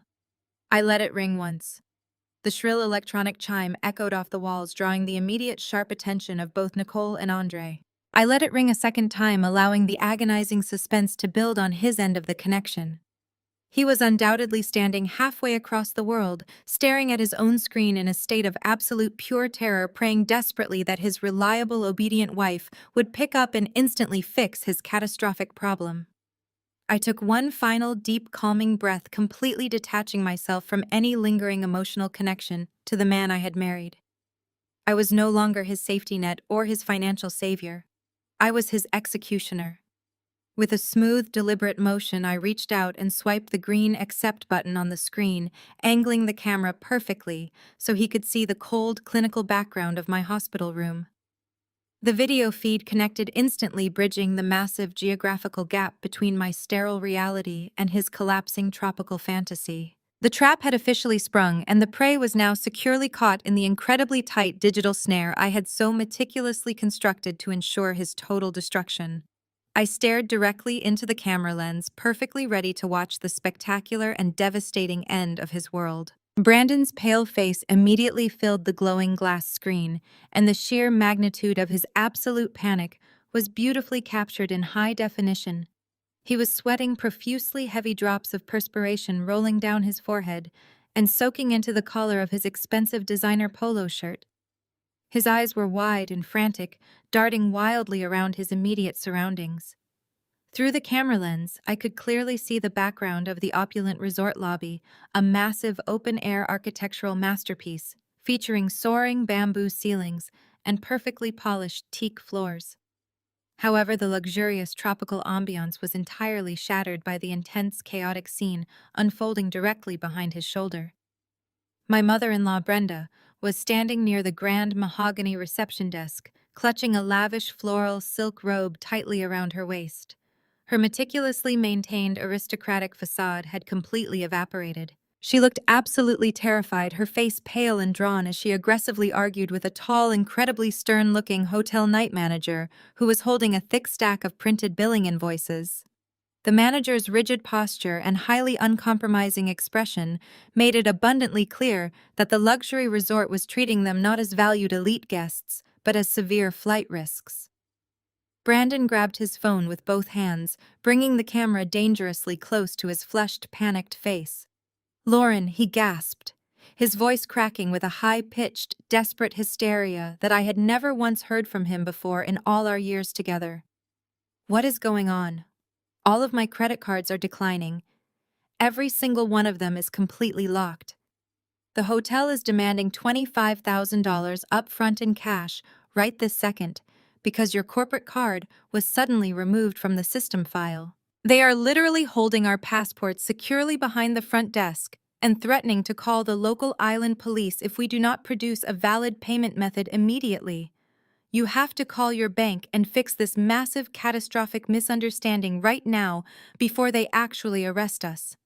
I could see the desperation swimming in his wide, frightened eyes as he pleaded for my rescue. I stared back at his trembling, desperate face, through the clear digital connection maintaining an expression of completely blank, unyielding indifference. I did not flinch or offer a single syllable of immediate comfort. The visual juxtaposition between the two of us was incredibly stark and entirely profound. On his end of the camera, there was absolute spiraling chaos fueled by sudden, severe financial ruin and the very real threat of international legal consequences. He was practically vibrating with pure, unadulterated terror, his entire privileged reality violently collapsing around him in a humid tropical lobby. On my end, there was nothing but a chilling, quiet serenity. I sat perfectly still in my sterile hospital bed, the soft, rhythmic breathing of our newborn son resting peacefully against my chest, serving as my only metronome. I projected the cold, calculated detachment of a seasoned auditor who had successfully balanced a highly complicated ledger, leaving zero room for any margin of error. Andre leaned forward slightly in his vinyl chair, gripping the armrests tightly as he silently watched the magnificent destruction unfold on the screen. Nicole stood perfectly still beside my bed, her protective gaze locked onto the man who had so callously abandoned us just 24 hours ago. Brandon frantically wiped the sweat from his eyes entirely, unable to comprehend my absolute silence. He expected me to jump into action, to frantically dial the banking executives and rapidly deploy my corporate resources to rescue him from the catastrophic consequences of his own arrogant theft. He genuinely believed his obedient, supportive wife would blindly save him without asking a single question. He was entirely and completely wrong. My chilling serenity securely set the ultimate stage for the final, inescapable climax. The trap was locked and the heavy blade was finally ready to drop. "Lauren, please, you have to call the regional director right now," Brandon begged, his voice escalating into a frantic shriek that echoed across the expansive resort lobby. "You know the banking executives personally. Just tell them this is a huge mistake and authorize a temporary lift on the fraud alert so I can clear this immediate invoice. They are going to throw my parents out into the street." I held the phone steady, maintaining a perfectly level gaze as I watched his total desperation unfold. "I did call the regional director, Brandon," I replied, my voice echoing with icy precision through the quiet hospital room. "I called him specifically to report the $85,000 you systematically stole from our newborn baby's maternity fund." I watched the color rapidly drain from his already pale face as the crushing realization hit him. His eyes darted nervously as his brain scrambled to comprehend the magnitude of his exposure. "And I also made sure to report the highly illegal $50,000 home equity line of credit you attempted to open," I continued, mercilessly driving the final nail into his financial coffin. "The bank flagged your forged digital signature immediately, since you carelessly linked my corporate financial profile to authorize the wire transfers for your parents' Florida condominium remortgage. You officially crossed a very severe boundary. I do not handle international wire fraud investigations, Brandon. The Federal Bureau of Investigation handles wire fraud, and the bank has already submitted their entire digital evidence log directly to the authorities.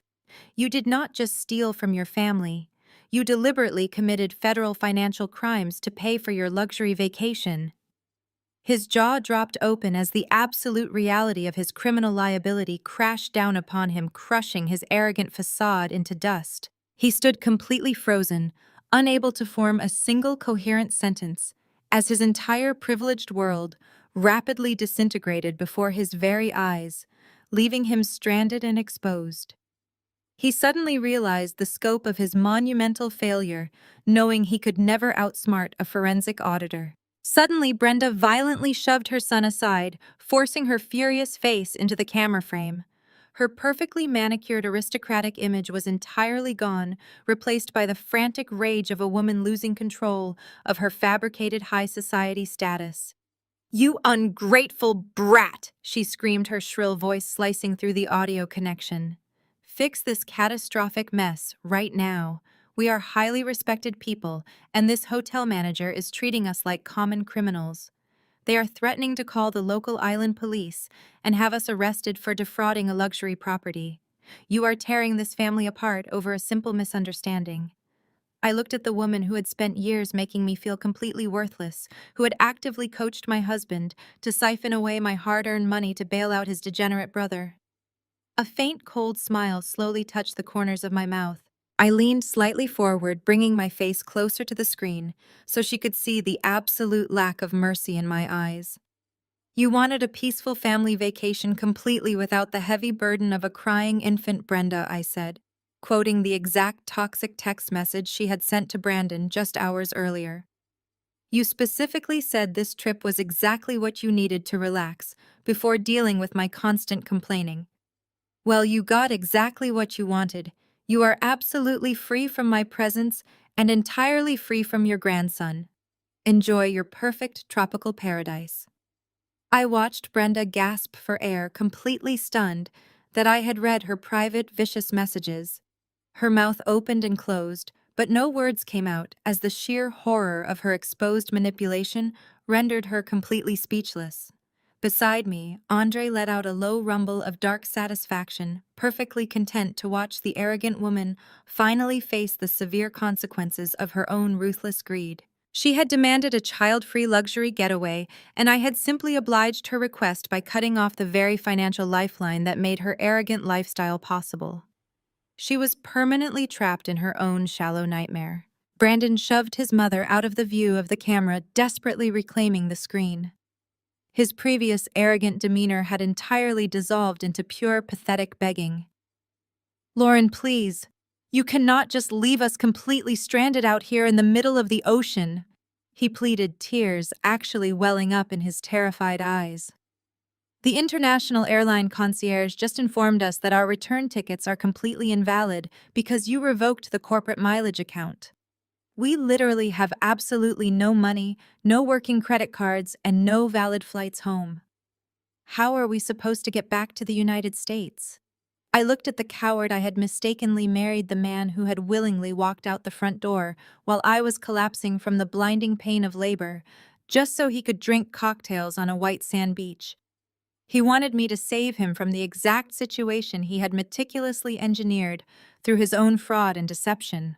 I felt no pity, no remorse, and absolutely no lingering affection for the pathetic fraudster crying on the screen.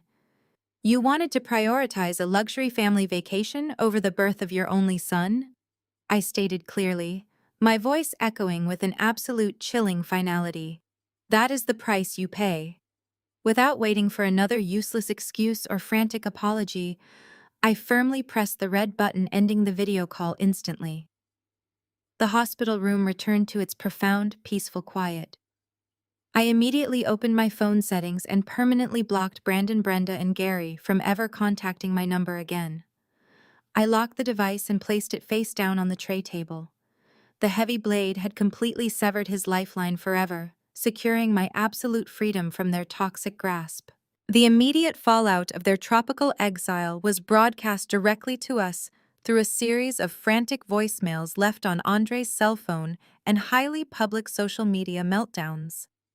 Since I had permanently blocked their numbers, Brandon desperately tried to reach my brother-in-law, hoping Andre would somehow intervene.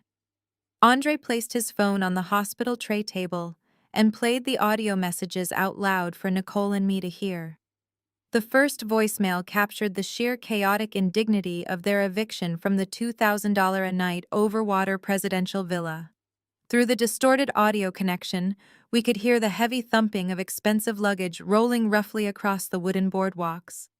Resort security guards had officially arrived at their pristine suite, demanding immediate departure since the massive bill remained unpaid.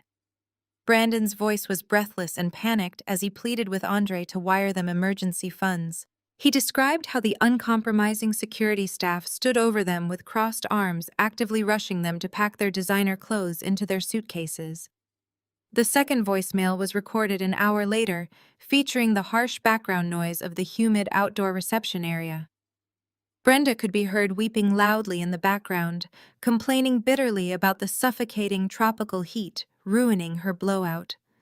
They had been aggressively escorted out of their air-conditioned paradise and forcefully deposited into the open-air lobby. Brandon begged Andre to explain why I was doing this to them, claiming they were completely stranded in paradise with absolutely no access to food or basic amenities. He painted a pathetic picture of his arrogant family, reduced to sitting miserably on their stacked Louis Vuitton luggage, sweating profusely in the oppressive island humidity. A quick search of the resort's location tag on Instagram revealed a public video capturing the exact moment of their eviction.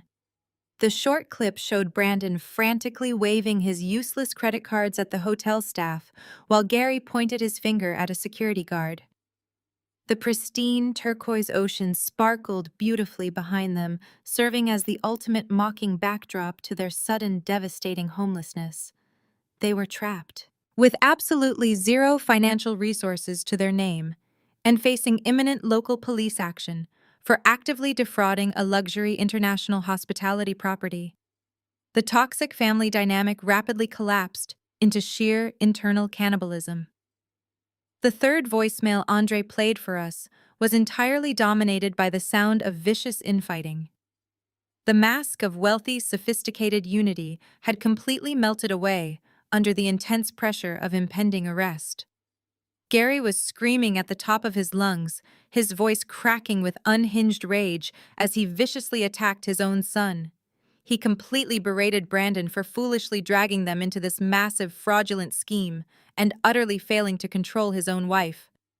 "You promised me she would just pay the bill, you incompetent fool, Gary," bellowed into the background of the audio recording. "I remortgaged my only retirement home for this disaster, and now I am going to end up in a foreign prison because of your absolute stupidity." Brenda immediately jumped into the fray, but instead of defending her golden child, she aggressively turned her venomous panic directly onto her husband. She shrieked that a real man would always have emergency cash reserves securely hidden away for situations exactly like this. She viciously blamed Gary for his previous failed business ventures, claiming his lifelong financial incompetence was the absolute sole reason they were currently suffering such a profound public embarrassment. The audio captured the stunning reality of their shallow existence. They were a family entirely bound together by shared greed and malicious manipulation, rather than any actual loyalty or love. The moment the stolen money ran out, they instantly violently tore each other to shreds, attempting to save themselves from the legal consequences. Brandon sobbed into the phone receiver, desperately begging Andre to just send $10,000 to appease the angry hotel management and stop them from calling the local authorities. He was absolutely terrified, crying that the resort manager had already dialed the police precinct and local officers were currently en route to the massive open-air lobby to arrest them all right now without any delay whatsoever, entirely permanently today. The ultimate public humiliation unfolded in full view of the resort's elite clientele. Another wealthy tourist on vacation had recognized the escalating drama in the lobby and began live streaming the incredibly pathetic spectacle directly to a popular travel forum. We watched the high-definition video from the quiet comfort of my hospital room. The local island police had officially arrived, stepping into the luxury reception area in crisp uniforms. The stern hotel manager stood beside them, holding the massive unpaid invoice. To completely avoid being handcuffed and physically dragged to a foreign jail cell for blatant hotel fraud, the high-class family was violently forced to liquidate their remaining personal assets, right there on the spot. The video showed Brandon with trembling hands, slowly unbuckling the heavy gold Rolex from his wrist, the very same watch his mother had bought him to celebrate his unearned promotion. He handed the expensive timepiece over to the uncompromising manager. Gary was forced to surrender his platinum wedding band and his premium diamond-encrusted cufflinks. Brenda wept hysterically, clutching her chest as she was ordered to unfasten her precious diamond tennis bracelet and securely hand over her vintage pearl earrings. The wealthy elite tourists lounging nearby in their pristine white resort wear watched the entire degrading transaction with absolute disgusted fascination. The family that had so arrogantly prided themselves on their superior social status was now publicly stripping off their jewelry, like desperate criminals paying a ransom just to cover the extensive room damages and the exorbitant unpaid nightly rate. They were left with absolutely nothing but the sweaty, wrinkled clothes on their backs and the stark, terrifying realization that their luxurious tropical paradise had officially transformed into a completely humiliating, inescapable nightmare that would permanently ruin their arrogant, entitled lives forever today. With his designer jewelry surrendered and the immediate threat of a foreign jail cell temporarily paused, the crushing reality of their complete geographical isolation finally set in. Brandon was entirely stranded on an island thousands of miles away from the United States with absolutely zero means of securing safe passage back. His smartphone had lost cellular service hours ago when his primary carrier shut off the deeply overdrawn international data plan. Desperate and completely cornered, he approached the stern hotel manager and humiliated himself further by begging to borrow the resort's official lobby telephone. He needed to make one highly urgent international call to his commercial real estate firm. He dialed the direct private extension of the vice president of operations, praying the senior executive was still in the office during the late afternoon hours back in the States. The line clicked and the familiar gruff voice answered. Brandon gripped the heavy plastic receiver with shaking, sweaty hands and immediately launched into a frantic, pathetic explanation. He completely omitted the massive fraud and the stolen corporate perks, instead weaving a fabricated tale of sudden severe banking errors and unexpected extreme travel emergencies. He begged his boss for an immediate emergency salary advance, pleading for the company to urgently wire enough corporate funds to purchase 3 basic economy tickets home. He promised to work double shifts and forfeit his entire annual bonus just to secure the crucial cash transfer. He assumed his position as a favored project manager would grant him ultimate clemency and immediate financial rescue. He genuinely expected the firm to blindly protect their investment in his career and wire the desperate funds directly to the hotel concierge without asking any difficult questions. He held his breath waiting for his powerful boss to offer a swift corporate bailout today. The heavy silence on the other end of the international connection was absolutely deafening. When the vice president of operations finally spoke, his voice was completely devoid of any professional warmth or standard corporate courtesy. It was incredibly cold, slicing through the static of the long-distance line with lethal precision. "You have an incredible amount of nerve calling this office to ask for company money, Brandon." The senior executive growled, his anger completely unfiltered. "You looked me directly in the eye yesterday and submitted falsified emergency leave paperwork claiming your wife had suffered a massive catastrophic hemorrhage during childbirth. You explicitly told the Human Resources Department that she was fighting for her life on a ventilator in the intensive care unit. We authorized a fully paid emergency leave of absence because we genuinely believed you were enduring an unimaginable family tragedy." Brandon tried to stammer out a pathetic defense, but the executive immediately cut him off, shutting down the lies completely. "Do not even attempt to speak right now," the boss roared, making Brandon physically flinch back from the receiver. "Your wife contacted me directly this afternoon. She forwarded a beautiful photograph of herself and your perfectly healthy newborn son recovering wonderfully in the maternity ward.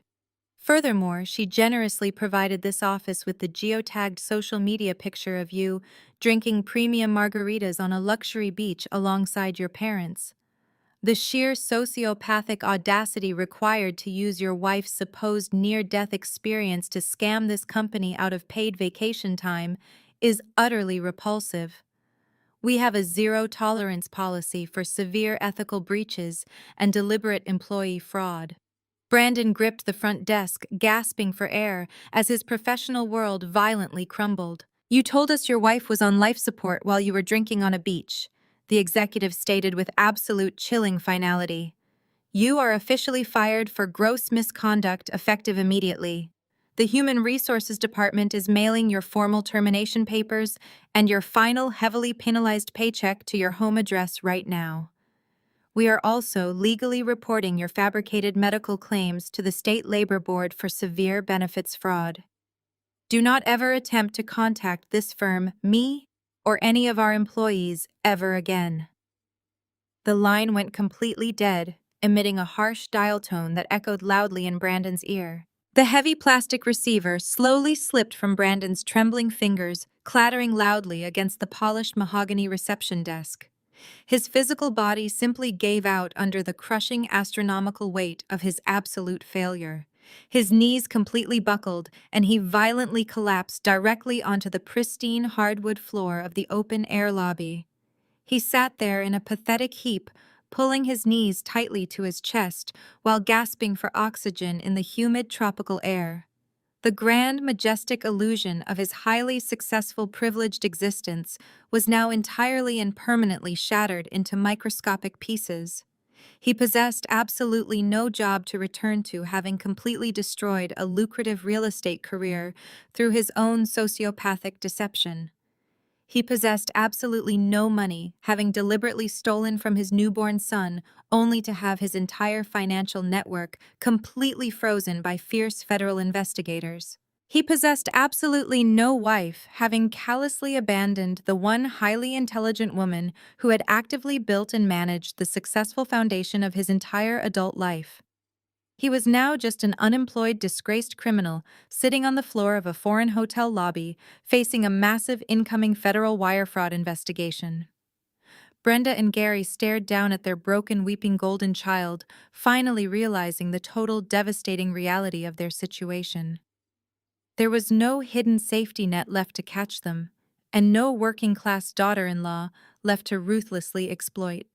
They were entirely stranded, entirely broke, and entirely ruined.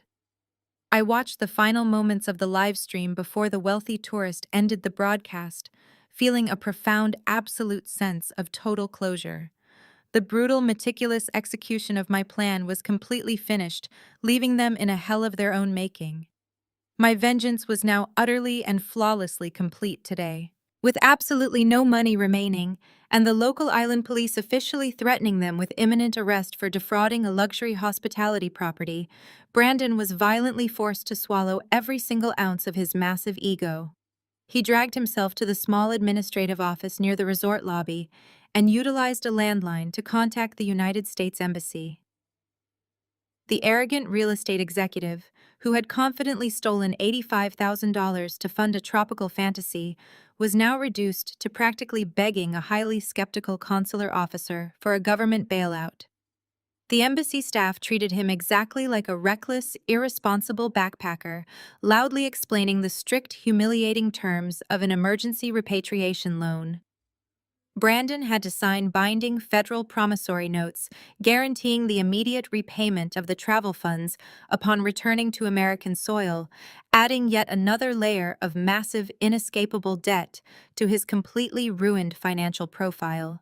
Because the emergency loan only covered the absolute bare minimum required for secure international transit, the embassy booked the family on the absolute cheapest, most punishing flight itinerary physically available on the global network. There were absolutely no direct flights, no comfortable premium economy upgrades, and certainly no luxurious airport lounges to hide in. Their grueling route back to the United States required 3 separate massive layovers in highly congested regional airports, including a devastating 14-hour wait on hard plastic chairs in a freezing terminal. They were violently stripped of their priority boarding passes and forcefully shoved into the absolute lowest tier of standard commercial travel. The family that had proudly paraded their stolen wealth just 48 hours earlier was now helplessly clutching basic economy boarding passes, completely trapped by their own spectacular failure. Gary stared blankly at the harsh fluorescent lighting of the departure gate, while Brenda hyperventilated into a crumpled paper napkin, completely refusing to accept her new reality. Brandon simply stared at the floor, entirely unable to process the severe magnitude of the nightmare he had actively chosen to create. The deeply humiliating journey back to their completely ruined lives had officially commenced. The return journey instantly transformed into an excruciating 40-hour psychological and physical nightmare. Brandon, Brenda, and Gary were brutally crammed into the absolute worst middle seats positioned directly next to the foul-smelling airplane bathrooms at the very back of the commercial aircraft. They were entirely unwashed, severely sleep-deprived, and completely unable to change out of the lightweight tropical resort clothing they had worn during their sudden eviction. The thin linen shirts and bright floral dresses that looked so incredibly chic on a white sand beach now offered absolutely zero protection against the freezing recycled air of the massive cabin. Brenda shivered violently, wrapping her bare arms around her chest as the stark reality of her massive social downfall finally set in. Her perfectly maintained aristocratic facade was entirely broken into microscopic pieces. She wept continuously for the entire duration of the marathon flight, her expensive designer makeup heavily smeared in dark, chaotic circles around her completely bloodshot eyes. She loudly blamed Gary for his financial incompetence and bitterly cursed Brandon for getting caught completely ignoring her own massive role in orchestrating the vicious theft. The other exhausted passengers glared at them with severe annoyance, entirely unsympathetic to the wailing woman in the ruined silk dress. Instead of the gourmet chef-prepared meals and unlimited premium champagne they had arrogantly anticipated, they were served incredibly bland, stale microwave dinners in small tin-foil containers. Gary ate his mushy pasta in complete stony silence, his jaw tightly clenched, as he forcefully processed the total catastrophic loss of his Florida retirement home.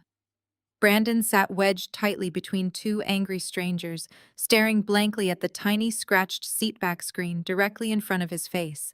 The agonizing lack of legroom, the constant loud crying of tired infants, and the overwhelming smell of jet fuel forced him to endure every single agonizing second of his brutal punishment.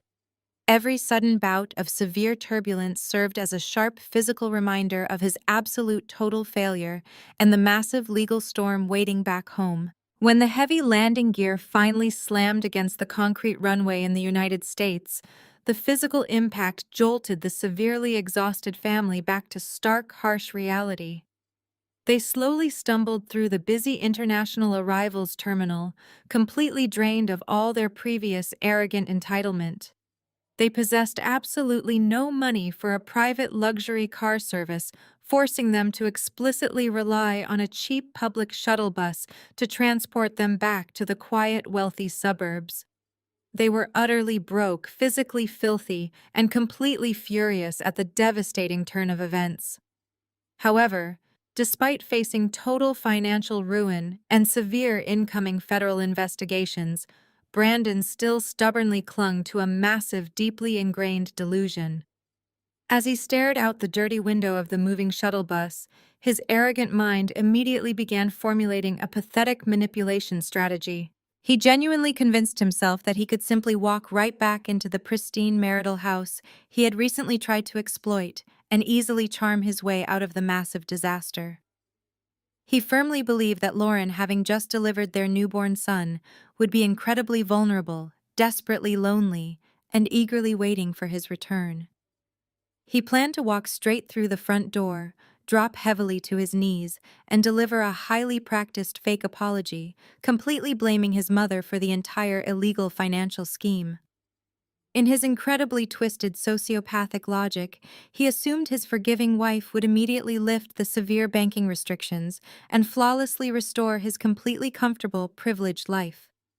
He truly thought his status as the father of her child granted him absolute permanent immunity from severe legal consequences. He fully expected to peacefully sleep in his own warm bed tonight, entirely oblivious to the massive, heavily armed welcome committee actively waiting for him on the other side of his front door. Brandon stepped off the cheap public shuttle at the edge of our pristine suburban neighborhood, dragging his heavy designer suitcase behind him.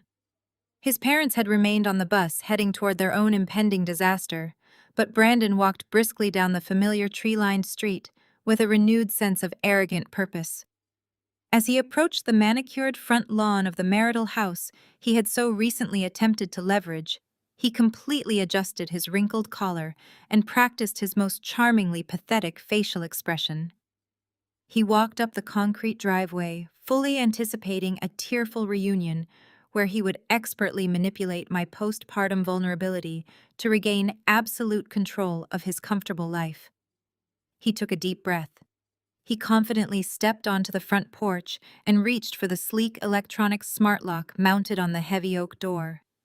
He casually punched in his standard 4-digit security code, expecting the familiar mechanical click of the deadbolt releasing. Instead, the keypad emitted a harsh, loud beep and flashed a brilliant warning red. Frowning in sudden massive annoyance, he tried his secondary backup code, assuming the digital system was simply experiencing a temporary network error. The keypad flashed bright red a second time, completely denying him entry to his own home. A flash of hot, irrational anger instantly replaced his manufactured remorse. He genuinely believed I was simply throwing a petty, childish tantrum by temporarily locking him out to punish him for the luxury vacation. He absolutely refused to accept that his domestic access had been permanently, securely revoked. He balled his hand into a tight fist and began aggressively pounding on the thick wooden door, shouting my name loud enough for the entire quiet neighborhood to clearly hear. He demanded that I open the door immediately and stop playing foolish emotional games, completely unaware that every single strike of his fist against the wood was being securely recorded by the brand-new high-definition security cameras installed just yesterday to guarantee my absolute protection. The heavy wooden door finally swung inward violently, breaking his rhythm of aggressive pounding. Brandon instantly dropped his raised fist and opened his mouth, perfectly prepared to deliver his highly rehearsed fake apology directly to his emotionally fragile wife. The manipulative words died instantly in his dry throat. Instead of finding me weeping quietly in the foyer with our newborn son, he found himself staring directly into the massive, unyielding chest of my brother-in-law. Andre stood firmly, squarely in the center of the doorway, his imposing 6'3" frame completely blocking any unauthorized entry into my secure sanctuary. His dark eyes locked onto Brandon with an absolute chilling intensity, radiating a fierce physical protectiveness that made the cowardly real estate manager instinctively take a trembling step backward. Andre slowly stepped slightly to the side, silently revealing the massive, devastating reality of the terrifying welcome committee actively waiting inside the bright hallway. Flanking Andre on the left stood the impeccably dressed, notoriously ruthless, high-asset divorce attorney I had officially retained at the hospital. The legal shark wore a razor-sharp custom suit and held a remarkably thick stack of official legal documents tightly in his hands, projecting an aura of absolute, uncompromising destruction. The true nightmare for Brandon, however, stood directly behind the formidable lawyer. Positioned clearly inside the grand foyer of his former home were two fully uniformed, heavily armed city police officers.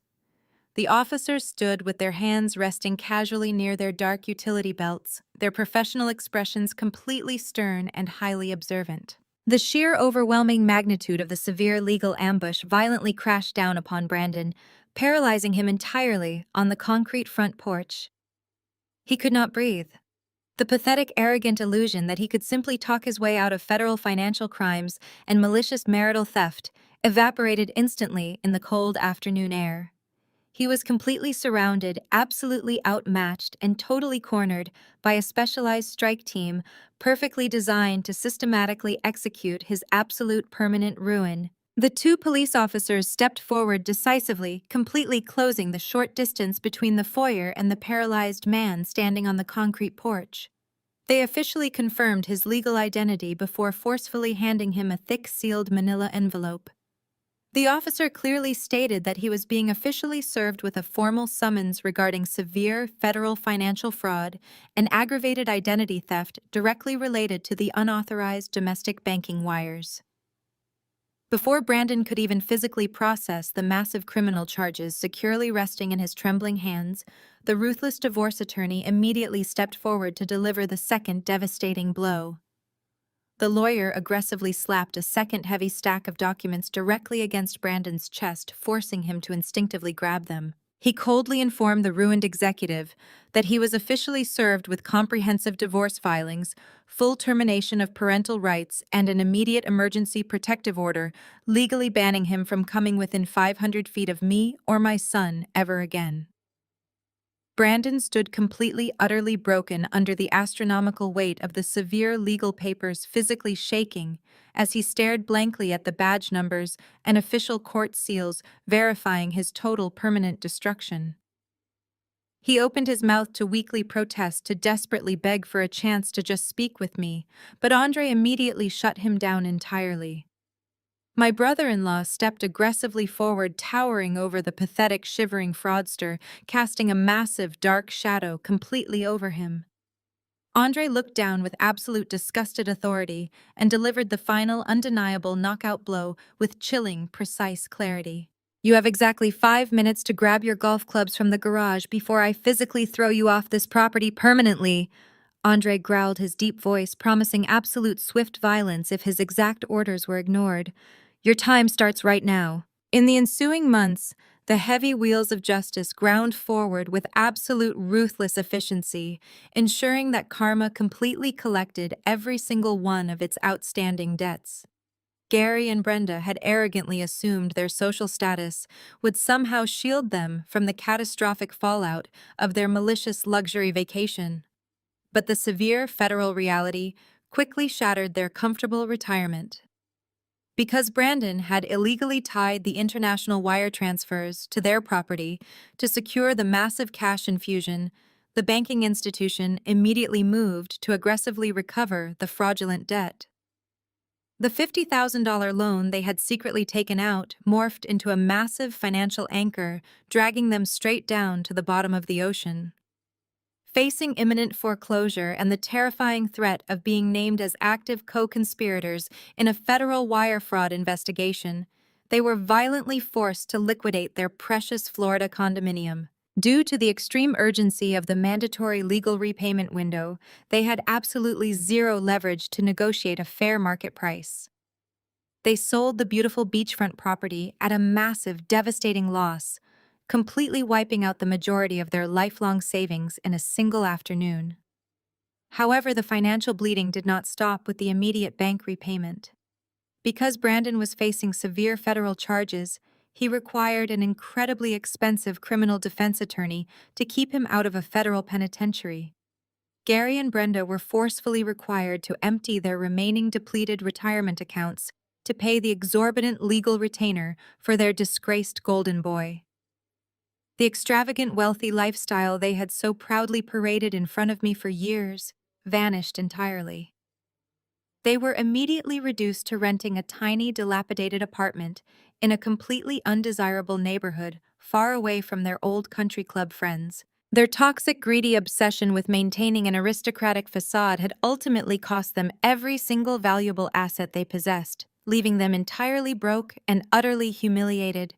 They had traded their entire financial security just to enjoy a few fleeting days drinking cocktails on a tropical beach. The absolute destruction of Brandon's privileged life was even more spectacular and permanently irreversible. Despite the massive fortune his parents desperately drained to secure him top-tier legal representation, the digital paper trail I had meticulously provided to the authorities was entirely flawless and completely undeniable. Brandon was officially convicted of federal wire fraud and aggravated identity theft in federal court. Through a highly restrictive plea deal, he narrowly managed to avoid serving hard time in a federal prison cell, but his ultimate punishment was incredibly severe. The presiding judge handed him 5 grueling years of strict, supervised probation alongside a massive, unyielding restitution order. More devastatingly, the felony conviction branded him permanently, entirely obliterating his professional future. The strict regulatory boards permanently revoked his real estate licenses and explicitly banned him from ever working in any capacity within the financial or property management sectors, ever again. The arrogant project manager who used to proudly wear expensive tailored suits and loudly brag about his elite corporate connections was forcefully completely expelled from the corporate world. With zero professional references, a severe criminal background, and absolutely no marketable skills outside of the industry that aggressively banished him, Brandon was violently forced to accept the only employment he could physically secure. He now works the late-night drive-through window at a greasy local fast food restaurant wearing a cheap polyester uniform that smells permanently of stale cooking oil. He lives entirely alone in a cramped, incredibly noisy studio apartment located directly next to a busy commercial train track. The overwhelming burden of his court-ordered restitution payments ensures that almost every single dollar he earns is immediately garnished, leaving him with barely enough cash to buy basic, cheap groceries. His former wealthy colleagues completely abandoned him, refusing to even acknowledge his existence when he desperately begged them for small loans. The once arrogant golden boy had fallen completely from his high pedestal, violently crashing into a miserable, desolate reality he could never possibly escape. Despite the absolute finality of their massive legal and financial ruin, Brenda still stubbornly attempted to employ her manipulative tactics one final pathetic time. Exactly 4 months after the dramatic ambush at my front door, a thick, heavily perfumed envelope arrived at my corporate office. Inside was a long, rambling, handwritten letter from my former mother-in-law, entirely saturated with fake tears and aggressive victim blaming. She completely ignored the massive financial fraud and the sheer cruelty of abandoning a woman in active labor, choosing instead to portray herself as a heartbroken, tragic grandmother. She desperately begged for a chance to finally meet her precious grandson, claiming that true family should always forgive each other, and that keeping an innocent child away from his loving grandparents was an exceptionally cruel punishment. She genuinely believed she could still weaponize my basic human decency to regain a tiny foothold in my highly successful, peaceful life. I did not shed a single tear, and I certainly did not draft an emotional response. I simply scanned the pathetic letter and securely forwarded the digital file directly to my ruthless divorce attorney. Within 24 hours, he drafted and delivered a severe, highly aggressive cease and desist order via certified mail straight to her miserable new apartment. The legal document explicitly threatened immediate police action and severe harassment charges if she or any member of her ruined family ever attempted to contact me, my son, or my extended family ever again in any capacity. The heavy iron door slammed completely shut, permanently, sealing them out of our bright future. The toxic, manipulative noise that had heavily polluted my life for years was finally completely silenced, leaving behind nothing but pure, unadulterated peace and total, absolute freedom today. Exactly 1 year after the dark, chaotic nightmare of my delivery day, my everyday reality has transformed into something incredibly beautiful and remarkably peaceful. The scene in my new spacious backyard on a brilliant sunny Saturday afternoon is the absolute perfect picture of joy and stability. The warm, golden sunlight filters beautifully through the large oak trees, casting a vibrant glow across the freshly cut green grass. The rich, savory scent of marinated steaks and roasted vegetables fills the crisp, clean air. Nicole stands confidently at the massive stainless steel gas grill, expertly flipping the food while laughing loudly at a joke her husband just made. Andre is standing a few feet away, looking completely relaxed, in a simple cotton shirt and denim shorts. His broad, incredibly strong shoulders currently serve as the ultimate playground for my thriving 1-year-old son. My baby boy throws his head back and lets out a bright, echoing belly laugh as Andre bounces him securely up and down. The sound of my child's pure, unadulterated joy rings clearly across the private, fenced yard, completely erasing any lingering shadows from our turbulent beginning. Andre holds his tiny hands with immense gentle care, proving that absolute physical strength is best utilized to protect and uplift the most vulnerable among us. Watching the massive, successful auto shop owner melt into a puddle of smiles for his nephew fills my heart with a profound, overwhelming warmth. This beautiful house represents a completely fresh start, safely purchased entirely under my own name, using the clean, undisputed assets I aggressively protected from my fraudulent ex-husband. There are absolutely no forged documents hiding in the shadows, no toxic in-laws demanding expensive catering, and no cowardly partners planning luxury escapes. There is only the bright, constant, comforting presence of people who genuinely, deeply love each other endlessly. I stand comfortably on the wooden deck, holding a glass of iced tea, soaking in the beautiful symphony of my sister's laughter and my son's happy squeals.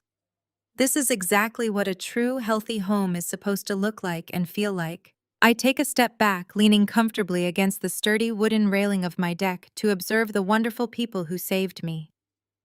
As I watch Nicole playfully toss a bright red plastic ball toward Andre and my cheering son, a deep, powerful realization washes over me. For many years, I genuinely believed that family was strictly defined by biology or legally bound by a formal marriage certificate. I had allowed myself to be repeatedly mistreated and financially exploited because I thought enduring a toxic dynamic was just the normal price of keeping a household together. I thought putting up with arrogant, selfish in-laws and a cowardly, manipulative partner was exactly what a dedicated wife was supposed to do. I was entirely wrong. Family is not determined by shared genetics or signed legal contracts stored in a county courthouse. True family is absolutely defined by the people who firmly stand outside your hospital room door, like an impenetrable fortress, when you are screaming in the blinding pain of labor. Family is defined by the individuals who fiercely hold the line when the rest of the world selfishly turns its back on you. It is the sister who sprints through clinical corridors to wipe the cold sweat from your forehead. It is the brother-in-law who furiously guards your sanctuary and expertly connects you with the legal weapons needed to protect your newborn child. Looking at them now, I understand that my wealth is no longer measured by the corporate accounts I audit or the significant offshore trust funds I successfully seized back from a criminal. My true astronomical wealth is measured entirely by the unwavering loyalty of the people standing in my backyard right now. I have absolutely never felt richer, safer, or more deeply secure in my entire 33 years of existence.